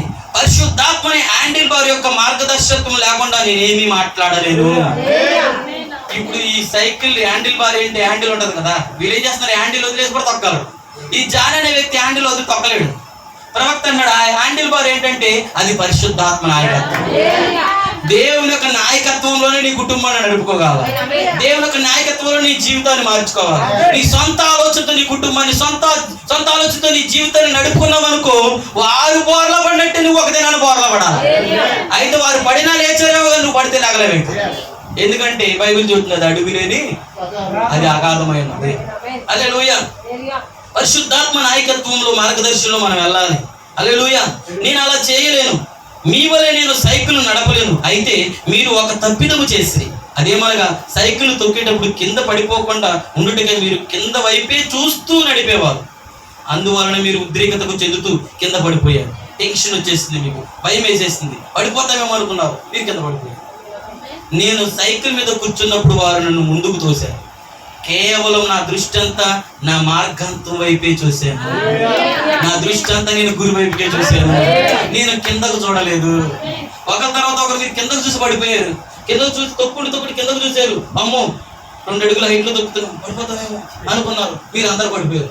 మీరు ఎడి చూసి పడిపోతున్నారు, నేను చూశాను, అందుకని మీలాగా నేను చూడకూడదు అనుకున్నాను. అందుకే నేను ఎడి చూశానో తెలుసా, నా ఎదుట ఒక సైకిల్ పెట్టారు, ఎవరైతే చివరికి వచ్చేస్తారో సైకిల్ ఇస్తానన్నారు. నేను అందుకని కిందకు చూడలా, సైకిల్ చూసా. అందుకని నేను సైకిల్ చూసుకుంటూ వెళ్ళాను కాబట్టి నేను గెలిచాను, సైకిల్ తొక్కి వెళ్ళిపోయాను. విశ్వాసిగా నీ పక్కనోడు పడిపోతాడు, ఈ పక్కనోడు పడిపోతాడు, నీ ముందున్నోడు పడిపోతారు, నీ అనుకున్నోడు పడిపోతారు, నీకంటే కొన్ని సంవత్సరాలు చర్చకు వచ్చిన వాళ్ళు పడిపోతారు, నీకంటే కొత్తగా వచ్చిన వాళ్ళు పడిపోతారు. వీరందరూ ఎవరో తెలుసా? పందెంలో ఉన్నారు. వీరు చేసే మిస్టేక్ ఏంటి తెలుసా? గురి చూడకుండా పరిగెత్తుతున్నారు. పక్కన వాళ్ళు చూసి చర్చలకు వస్తున్నారు, పాస్టర్లు చూసి చర్చలకు వస్తున్నారు, అందుకే వారు పడిపోతున్నారు. అయితే సహోదరి, నువ్వు ఎవరు చూడాలో తెలుసా? నీ పక్కన వాళ్ళు కాదు, నీ ముందు కాదు, నీ ఎదుట ఒక గురు ఉన్నది, నీ ఎదుట ఒక బహుమతి ఉన్నది. నువ్వు దాన్ని చూస్తూ వెళ్ళిపోయే వరకు నేను పక్కనోడు గాడ్ బ్లెస్ చెప్పకపోయినా కొంతమంది అర్థమవుతుంది. కొంతమంది ఉంటారు, ఈరోజు నాకు అట్లా చెప్పలేదండి, ఈరోజు నాకు వందనాలు చెప్పలేదు ఆమె, ఈరోజు పాస్టర్ గారు నాకు వెళ్ళి అదలా చూసాడు, నాకు వెళ్ళి చూసి వాక్యం చెప్పాడు. ఎంతమందికి అర్థమవుతుంది నేను చెప్పేది? హల్లెలూయా. వీళ్ళు గురేంటి? నేను మందిరానికి వెళ్తాను, నాకు అందరూ వందనాలు చెప్తారా? చెప్పండి. నేను మందిరానికి వెళ్తాను, పాస్టర్ గారు నా కోసమే చెప్తాడా? చెప్పండి. ఈరోజు నన్ను పాస్టర్ గారు ఆ పని చేయమంటారా? చేయమంటారు. మన గురు అది కాదు సహోదరులారా. మన గురు ఏంటంటే పాస్టర్ చెప్పినా చెప్పకపోయినా, నీకు వందనాలు సహోదరి చెప్పినా, సహోదరుడు చెప్పినా చెప్పకపోయినా, నువ్వు చేయవలసిందని చెప్పినా నీ గురి చూడాలి. ఎందుకు తెలుసా? వారందరూ పడిపోయే బలహీనులే. సంసోను పడిపోయాడు, దావీదు పడిపోయాడు, వీరందరూ పడిపోయిన వాళ్ళే. అందుకే పౌలు అన్నాడు, పడిపోయిన వాళ్ళు కాదు చూసేది, విశ్వాసముల కర్త, పడిపోయిన వాడు బహుమతి పొందుకున్నాడు, క్రీస్తు వైపు చూడండి. నీవు పందెంలో ఉన్న సంగతి నీకు తెలిసింది అనుకోండి, నువ్వేం చేస్తావు? ఎటు చూస్తావు? గురికే చూస్తావా? ఆవిడ పక్కన వాళ్ళకి ఆటలు చెప్పినా చెప్పకపోయినా మనకు సంబంధం లేదు. ఎందుకని? నువ్వు చెబుతావు అంతే, నువ్వు చెబుతావు.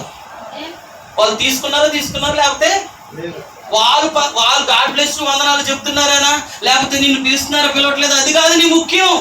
నువ్వు పిలిచినా పిలవకపోయినా, చెప్పినా చెప్పకపోయినా, నువ్వు చేరవలసింది ఏదో ఒకటి ఉన్నది, నువ్వు వెళ్ళవలసింది ఏదో ఒకటి ఉన్నది, నువ్వు పట్టుకోవలసింది ఏదో ఒకటి ఉన్నది. దాన్ని మనం పట్టుకోవాలా. అదిగా పోరాడు ఏనకుండా మర్చిపోతుంది. నన్ను ఎవరైతే అనుకున్న పర్వాలేదు. యాజకులు అంటున్నారు, వీడు డబ్బులు కమ్ముడు పోయి పడ్డారు, మొన్నటిదాకా వేసి దేవుడు కాదన్నాడు, ఇప్పుడు వేసే దేవుడు అని చెప్తున్నారు, వీళ్ళు చంపేయాలరా, ఈ నచ్చేయాలరా, ఇచ్చేయాలని అందరూ యాజకులు అందరూ తిరుగుతున్నారా లేదా? అందుకన్నాడు పౌలు, మీరు ఏదైనా చేసుకోండి, జీవించుతున్నది నేను కాదు, నేను ఒక దానికోసం పట్టబడ్డా. దైవులకు ఒక గుడి ఉన్నది, నాకు వచ్చే ఈ వార్తలను నేను పట్టించుకోను, లోకమంతా పెంటగా ఎంచుకుంటాను, సమస్తం పెంటగా ఎంచుకుంటాను, నా ఎదుగున్న గమ్యానికి నేను చేరిపోతాను, నాకు ఒక బహుమతి ఇవ్వబడతాను. హల్లెలూయా. నియమం ఉందంటారా? హల్లెలూయా. ఇప్పుడు వాలీబాల్ ఆడుతున్నారు, ఫుట్బాల్ ఆడుతున్నప్పుడు మనకు తెలుసు, ఇప్పుడు ఆడుతున్నప్పుడు ఈ టీం నుండి బాల్ తీసుకుని మన దగ్గరకు వచ్చింది అనుకోండి, తిరిగి ఈ బాల్ ఆ టీం దగ్గరికి వెళ్ళకూడదు. ఈ టీం చేసే పని ఏంటి? ఈ బాల్ ని ఆ టీంకి పంపించకుండా ఈ టీం వాళ్ళే గోల్ దగ్గర తీసుకెళ్ళిపోవాలి. అప్పుడు వీళ్ళు విన్ అవుతారు, అంతేనా? అప్పుడు వీళ్ళకి పాయింట్ వస్తుంది, అంతేనంటారా? హల్లెలూయా. ఇప్పుడు ఏం చేస్తున్నప్పుడు ఇక్కడ ఒక టీం ఉంది, ఇప్పుడు ఇది నిత్య జీవానికి వెళ్ళే టీం, ఇది నిత్య నాశనానికి వెళ్ళే టీం. ఇప్పుడు ఈ టీం ఏం చేస్తుంది చెప్పిన, గురి అనే నిత్య జీవానికి శరీర మార్పు ఎత్తబడినే ఆ గోల్ దగ్గరికి వెళ్ళబోతుంది. ఇప్పుడు ఈ టీం ఏం చేస్తుంది చెప్పండి, ఎలాగైనా ఆ గోల్ దగ్గరికి. అందుకని ఏం చేస్తారు, బంతి తీసుకుని వీళ్ళు వెళ్తున్నప్పుడు, ఆ ఫుట్బాల్ తీసుకుని వెళ్తున్నప్పుడు వీళ్ళు ఏం చేస్తారు, మధ్యలో వచ్చి కాలెట్ పెడతారు. పెడతారట్రా? ఎంతమంది చూసారు ఆటలు?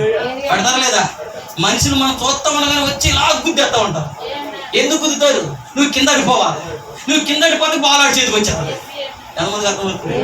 కానీ నువ్వు నిజమైన విశ్వాసం అయితే బాల్ విడిచిపెట్టవు. హల్లెలూయా. నీ స్థానాన్ని విడిచిపెట్టవు, నీ గమ్యాన్ని విడిచిపెట్టవు, ఎలాగైనా నువ్వు గోల్ దగ్గర తీసుకెళ్ళాలి. ఇప్పుడు ఏం చేస్తాడు, ఇక్కడ ఒక బాల్ పట్టుకొస్తున్నాడు, 100% పాతాళంలో 20 కొట్ల తీయాలి, 20 కొట్టేది పడ్డాయంటారా? హల్లెలూయా. ఎందుకంటే 2 టీంలు ఆడుతున్నప్పుడు 2 దేశస్తులు ఎంకరేజ్ చేస్తారు లేదా? అలాగే నువ్వు ఆడుతున్నప్పుడు కూడా 2 దేశస్తులు ఎంకరేజ్ చేస్తారు. ఎవరు వాళ్ళు? 20 కొట్ల దెయ్యాలు ఒకవైపు కూర్చుంటాయి, పరలోకంలో దూత సమూహాలను ఒకవైపు కూర్చుంటాయి. హల్లెలూయా. నువ్వు ఆడుతున్నప్పుడు నువ్వు దేవుని వైపు గోల్ తీసుకెళ్ళావు అనుకో, దేవుని దూతలంతా ఉత్సాహగానాలు చేస్తాయి. నువ్వు సాతాను మాట నువ్వు ఓడిపోయావు అనుకో, సాతాను దూతలన్నీ ఉత్సాహగానాలు చేస్తాయంటారా? ఎలా చేస్తాయి మాస్టర్ గారు చెప్తాను చూడండి. సమస్య వచ్చింది, నీ భర్తకి నీకు సమస్య వచ్చింది, సంథింగ్ ఏదో వచ్చింది, ఏదో మాట వచ్చింది, మాట వచ్చి ఇప్పుడు ఏం జరిగింది, నా భర్త నన్ను ఇంత మాట మాట్లాడాలి, ఇప్పుడు ఏం చేయలేను, నేను అసలు మా అమ్మ ఇంటికి వెళ్ళిపోవాలి. ఎక్కడికి వెళ్ళిపోవాలి? మా అమ్మ ఇంటికి వెళ్ళిపోవాలి. హల్లెలూయా. దేవుని మహిమకుడు గాక. సేమ్ ఇదే సిచ్యువేషన్ ఎవరికి ఉంటుంది? భర్త కూడా ఉంటుంది. అనవసరంగా చేశాను నేను. అవునా అంటారా? ఉంటుందా లేదా? ఇప్పుడు ఇక్కడ టీంలో ఉన్నది ఏమా, ఇక్కడ ఈమె ఎక్కడ ఉంది? పందెములో ఉంది. నేను మీకు చెప్పాను, ఇంత బయట పోరాటమే మనకి. అవునా కాదా? ఎలాగైనా నువ్వు గోల్ దగ్గరికి వెళ్ళకూడదు. ఇప్పుడు ఏం చేయాలి? నువ్వు నిజంగా విశ్వాసం అయితే, నువ్వు నిజంగా ప్రేక్షకుడు కాకుండా పార్టిసిపేట్ చేసే వ్యక్తి అయితే, పరలోకానికి వెళ్ళే బహుమతి పొందుకునే వ్యక్తి అయితే, ఇప్పుడు నువ్వేం చేస్తున్నావు? వాక్యాన్ని జ్ఞాపకం చేసుకున్నావు. వాక్యం చెబుతుంది, విశ్వాసులకు తల్లి అయిన శారా ఏం చేసింది? తన భర్తకు లోబడి విధేయత చూపినట్లుగా, అట్టి రీతిగా తన భర్తకి విధేయత చూపిన వాళ్ళందరూ శారాకి ఏమని పిలువబడతారంట? కుమార్తె అని పిలువబడతారని వాక్యం. ఇప్పుడు ఏం చేయాలి? వాక్యం చెప్తుంది. సరే, నా భర్త ఒక మాట అన్నాడు కదా, ఏం చేద్దాం? ప్రార్థన చేసుకుందాం, దేవుడే కార్యం చేస్తాడు అని. ఏం చేస్తుందంటే ఒక ఆత్మ నీలో చెప్తాను, నువ్వు దేవుని బట్టి ఒక మాట కోర్చుకోలేవా అన్నది అర్థమవుతుంది. ఇంకొక పర్సెంట్ లోపల ఉంటుంది. ఆ పర్సెంట్ చెప్తుంది, ఇంత పని చేస్తున్నావు, నువ్వు బట్టలు ఉతుకుతున్నావు, ఇల్లు కడుగుతున్నావు, ఇన్ని చేస్తున్నావు అని వడ్డీ లెక్కలేదా? ఎన్ని తీసుకొచ్చాను వడ్డీ లెక్కలేదా? ఇంత మాట అంటాడా? అసలు నువ్వు ఉండాల్సిన మళ్ళీ లేదు, నువ్వు ఇంటికి వెళ్ళిపో మీ అమ్మ ఇంటికి. అవసరమైతే ఆయన మళ్ళీ బతులాడతాడు వచ్చి. ఎంతమందికి అర్థమవుతుంది? ఎక్కడ ఉన్నావు కుటుంబం? పందెం. ఎంతమందికి అర్థమవుతుంది? ఇప్పుడు నువ్వు క్రీస్తుని గెలిపిస్తావా సాతాన్ని గెలిపిస్తావా? నువ్వు క్రీస్తుని గెలిపిస్తే శారాలాగా దీనత్వంతో యజమానుడని లోబడాలి. నువ్వు సాతాన్ని కానీ గెలిపిస్తే నీకు నా సమయం పో,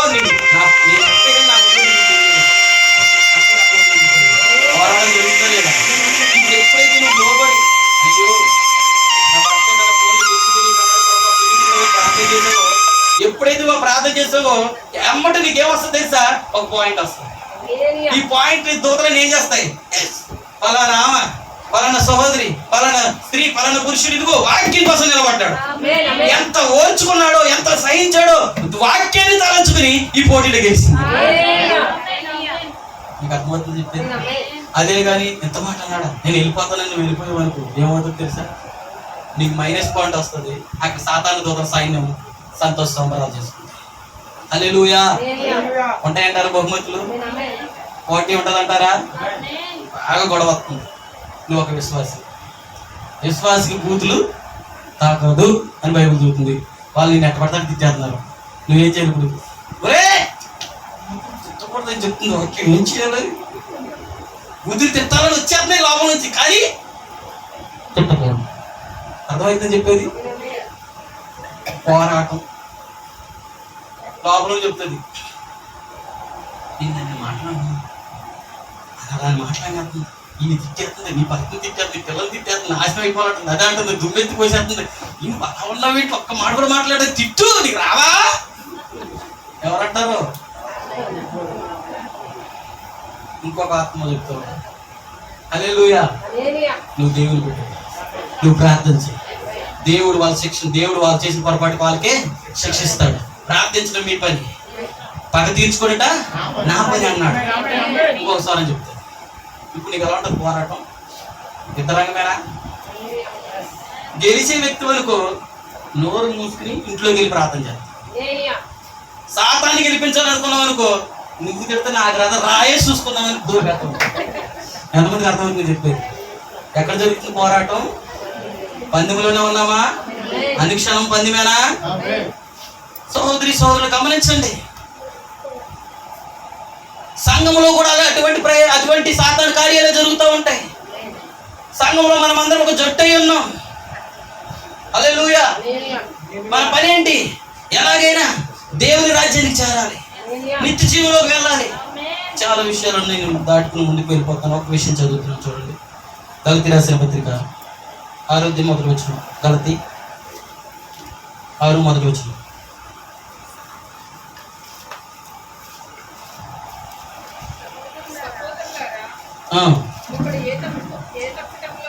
చూడండి, చాలా జాగ్రత్తగా ఉండండి. సహోదరులారా, ఒకడు ఏ తప్పిదములోనైనా చిక్కుకొని ఎడల ఆత్మ సంబంధులైన మీలో ప్రతివాడు తనను శోధింపబడునేమో అని తన విషయమై చూచుకొనుచు సాత్వికమైన మనసుతో అట్టి వారిని మంచి దారికి తీసుకుని రావాలి. ఒకని భారం ఒకడు భరించి ఇలాగు క్రీస్తు నియమమును పూర్తిగా నెరవేర్చుడి. ఎలా నెరవేర్చాలి? పూర్తిగా ఎలా నెరవేరుతావు? అపోస్తలుడైన పౌలు అంటున్నాడు, సహోదరులారా, ఒకడు ఏ తప్పిదములోనైనా చిక్కుని ఆత్మ సంబంధమైన మీలో ప్రతివాడు తనను శోధింపబడుతునేమో అని తన విషయమై చూచుకొనుచు సాత్వికమైన మనసుతో అట్టి వాడిని మంచి దారికి తీసుకొని రావాలి. ఇప్పుడు మనం ఎవరు? జట్టేనా? మనకు ఒక నియమం ఉందా లేదా? మనకు ఒక నియమం ఉందా లేదా? ఒక క్రమం ఉందా లేదా? హల్లెలూయా. ఇప్పుడు నియమం ప్రకారం మనం పోరాడాలి. ఇప్పుడు ఈ నియమంలో, ఈ జట్టులో ఒక సహోదరుడు బలహీనుడయ్యాడు, ఒక సహోదరి బలహీనమైపోయింది. ఎంతమందికి అర్థమవుతుంది చెప్పి? పౌలు అంటున్నాడు, నేను అనట్లేదు. ఎవరైనా మీలో ఒకడు బలహీనుడైతే, చూడండి, ఏ తప్పిదములైన చిక్కుని ఎట్లా ఆత్మ సంబంధులైన మీలో ప్రతివాడు తనను శోధింపబడునేమో అని తన విషయమై చూచుకొనుచు సాత్వికమైన మనసుతో అట్టి వారిని మంచి దారికి తీసుకుని రావలను. ఒకరి వారం ఒకరు భరించి ఇలాగ క్రీస్తు నియమమును పూర్తి చేయాలి. క్రీస్తు నియమం ఎలా పూర్తి చేయాలి? మనం ఎలా నెరవేర్చాలి? మనం హల్లెలూయా. ఒకరి వారం ఒకరు పంచుకోవాలి, ఒకరి వారం ఒకరు భరించుకోవాలి. ఎందుకంటే అతను మన జట్టులో ఉన్నాడు. హల్లెలూయా. మన జట్టులో, మన సంఘంలో ఉన్నాడు, మన సంఘంలో సభ్యుడు, మన తోటి విశ్వాసి. ఇప్పుడు ఆ సహోదరి బలహీనం అయిపోయింది, ఆ సహోదరుడు బలహీనం అయిపోయాడు, మందిరంలో రాలేని స్థితిలో ఉన్నాడు, లేకపోతే దూరం అయిపోతున్నాడు, మందిరానికి సావాసం జట్టులోంచి వెళ్ళిపోతున్నాడు. కారణం ఏంటి? అతనికి తెలియట్లా. జట్టు నుండి తప్పిస్తే, ఆ యొక్క టీం నుండి తప్పిస్తే గురిని కోల్పోతాడు. గురి కోల్పోతే బహుమతిని పొందుకోలేడు. సాధారణ పని ఏంటి? గురి తప్పించడమే, టీంలోంచి పక్కన తీసుకెళ్ళిపోవడమే, జట్టులోంచి పక్కన నడిపించడమే. అది ఇప్పుడు ఏం చేయాలి? పౌలు అంటున్నాడు, ప్రతివాడు ఆత్మ సంబంధులైన మీలో ప్రతివాడు తనను శోధించబడుదులేమో అని తన విషయమై చూచుకొనుచు సాత్వికమైన మనసుతో, సాత్వికం అంటే మంచి మనసుతో, మంచి మనసుతో ఏం చేయాలంట? ఆ జట్టులో ఉన్నవాడు మరలా మంచి దారికి తీసుకురావాలి. మంచి దారికి తీసుకొచ్చి ఒకరి వారం ఒకడు భరించుకుని ఇలాగ క్రీస్తు నియమమును పూర్తి చేయండి, నెరవేర్చండి. హల్లెలూయా. ఈరోజు సంఘంలో సహోదరులు టీంలో నుండి ఒక బయటికి వెళ్ళిపోయారు అనుకోండి, తిరిగి ఆ సహోదరుని కావచ్చు, ఆ సహోదరుని కావచ్చు తీసుకురావడానికి కనీసం శ్రద్ధ కూడా లేని పరిస్థితిలో ఉన్నారు ప్రజలు. కానీ పోలే ఉన్నాడు తెలుసా? జట్టులో ఉన్నవాడు పక్కకు వెళ్ళిపోయినప్పుడు, సంఘంలో నుండి పక్కకు వెళ్ళినప్పుడు, అతను పొరపాటులో ఉన్న, ఇదిగో మీరేం చేయాలంటే, మీరు ఆ పొరపాటులో పడకుండా, మీరు ఆ తప్పిదంలో పడకుండా, మీకు మీరే జాగ్రత్త పడుచు ఆ వ్యక్తితో మాట్లాడి మంచి దానికి తీసుకొస్తే మీరు క్రీస్తు నియమమును సంపూర్తిగా నెరవేర్చిన వారు. హల్లెలూయా. అలా చేయలేదు అనుకుంటే ఏమవుతుంది? పోయింది, నాకు వందనాలు చెప్పు, అది మాట్లాడు, అది అలా ఉన్నాడు, పోయాడు మంచిగా, పోయింది మంచిగా అనుకున్నాం అనుకోండి. మనం ఎక్కడ ఉన్నాం? ఏ టీంలో ఉన్నాం? చెప్పండి, ఏ టీంలో ఉన్నాం? అలా అనుకునేది ఎవరు? హల్లెలూయా. దేవుని మహిమ కలుగును గాక. మనం బహుమతి కోసం పరిగెత్తే వ్యక్తి. హల్లెలూయా. ఇప్పుడు ఫుట్బాల్ తీసుకొస్తున్నారు, ఆ టీం నుంచి ఆ టీం రెండు ఎదురు బదురు పోరాడుతూ ఉన్నాయి. బాల్ తీసుకోవాలని ఆ టీం పోరాడుతుంది, బాల్ ఇవ్వకూడదు ఈ టీం పోరాడుతుంది. అవునా కదా? ఇప్పుడు ఏం చేస్తారు? సడన్ గా ఆ టీంలో 5 వచ్చి నిలబడ్డారు. ఇటు పోలేవాడు, ఇటు పోలేడు, చుట్టూ కాసేసారు. బాల్ నీ దగ్గర ఉంది. ఎంతమందికి అర్థమవుతుంది? ఏంది ఆ బాల్? సమస్య నీ దగ్గర ఉంది. ఇప్పుడు నీ దగ్గర ఉంది బాల్, నీ దగ్గర ఉంది. ఇప్పుడు టీంలో చుట్టూ శత్రు టీం, అదర్ టీం వాళ్ళు చుట్టూ కాసేసారు. ఇప్పుడు నువ్వేం చేయాలి? ఆ బాల్ ని నువ్వు ఎలాగైనా ఈ టీంని గెలిపించాలనుకున్న వ్యక్తివైతే, నువ్వు ఎలాగైనా ఈ సంఘం కోసం పోరాడే వ్యక్తివైతే, క్రీస్తు కోసం పోరాడే వ్యక్తివైతే, బాల్ ఏం చేస్తున్నా అదర్ వ్యక్తికి పాస్ చేస్తావు. అవునా కదా? అంతేనా చేసేది? ఇక్కడ బంధించేశారు, ఇతను వెళ్ళలేడు. ఇప్పుడు ఇతను ఏం చేస్తారు? బాల్ గట్టిగా నువ్వు తీసుకోరా అని చూస్తాడు. అవునా కదా? అతని దగ్గరికి ఇంకొకరు వచ్చి పెట్టుకోగానే అతను ఏం చేస్తాడు? నువ్వు తీసుకోరా సహోదరుడు అంటాడు. అంటాడా లేదా? అలాగే ఒకరి భారం ఆ బాల్ తీసుకుంటూ పుష్ చేసుకుంటూ ఎక్కడ తీసుకెళ్తారు తెలుసా? గోల్ దగ్గర తీసుకెళ్తారు.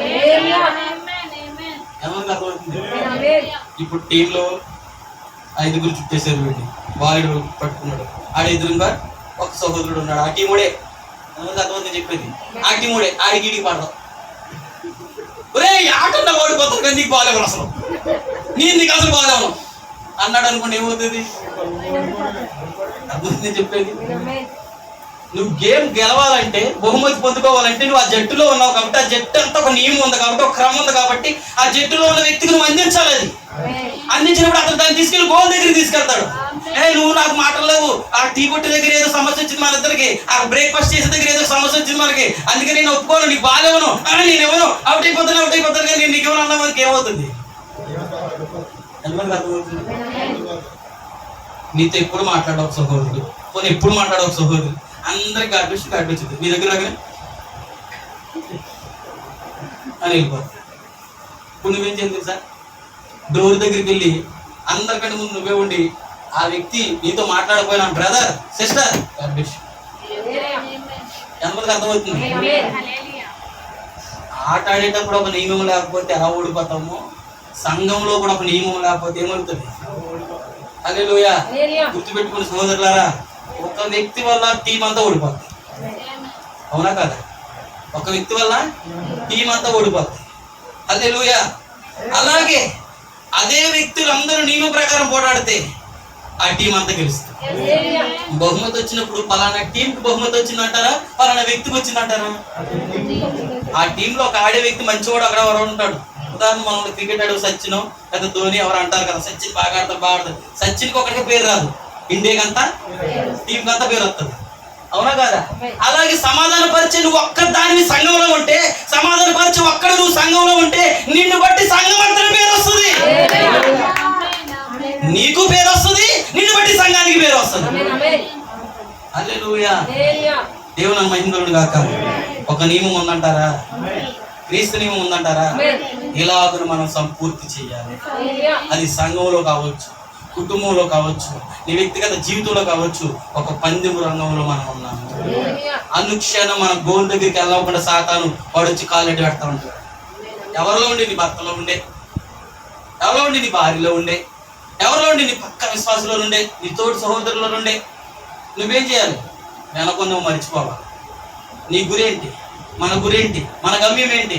పౌలు అంటున్నాడు, విశ్వాసమును కర్త దాన్ని కొనసాగించేవాడు వైపు చూసేవాడు, నా ఎదుట ఒక పందెములో ఓపికతో పరిగెత్తుతున్నా. హల్లెలూయా. సహోదరి సహోదరులారా, మనం ఇప్పుడు పందెములో ఉన్నాము. క్రీస్తు నియమం ఒకటి ఉంది. గలతీ 6:1 ప్రకారము మనం క్రీస్తు నియమాన్ని సంపూర్తి చేయాలి. సంపూర్తి చేయడం అంటే అర్థం ఏంటి? నువ్వు ఖాళీలో నిలబడాలి. ఎంతమందికి అర్థమవుతుంది చెప్పేది? అర్థమవుతుందని చెప్పేది. హల్లెలూయా. బాల్ ఇవ్వట్లేదనేసి ఆ వ్యక్తి ఆపేసాడు అనుకోండి, నీకు నాకు మాట్లాడలేవరా, నీ బాల్ ఎవరో ఆపితే ఓడిపోతుంది ఆట గేమ్ లో ఆ టీం అంతా. హల్లెలూయా. అక్కడ స్వార్థాలు, ఈర్ష్య, ద్వేషాలు పని చేయకూడదు. అలా పని చేస్తే ఆ టీం గెలవదు. అలాగే సంఘంలో, మన జీవితంలో సంఘంలో ఎటువంటి సమస్యలు వచ్చినా, బాధలు వచ్చినా, ఇబ్బంది వచ్చినా, సహోదరుల సంఘంలో సేవకుడు కావచ్చు, విశ్వాసులు కావచ్చు, ఎవరికైనా కావచ్చు, ఎటువంటి రాగ ద్వేషాలు, స్వార్థాలు ఏమైనా పని చేస్తే గుర్తుపెట్టుకోండి, మన టీం అంతా ఓడిపోతుంది. హల్లెలూయా. మనం టీంని గెలిపించాలా, ఓడిపించాలా? దేవుని మహిమకరం గాక. ఇంకా కొన్ని విషయాలు ఉన్నాయి చెప్పడానికి, కానీ దేవుని కృపను బట్టి చూడండి ఒక విషయం చెప్తాను. 1 తిమోతి 4:6 చదువుతాం. 1 తిమోతి 4:6. 1 తిమోతి 4:6 త్వరగా. 1 తిమోతి 4:6 బ్రదర్ చదవండి.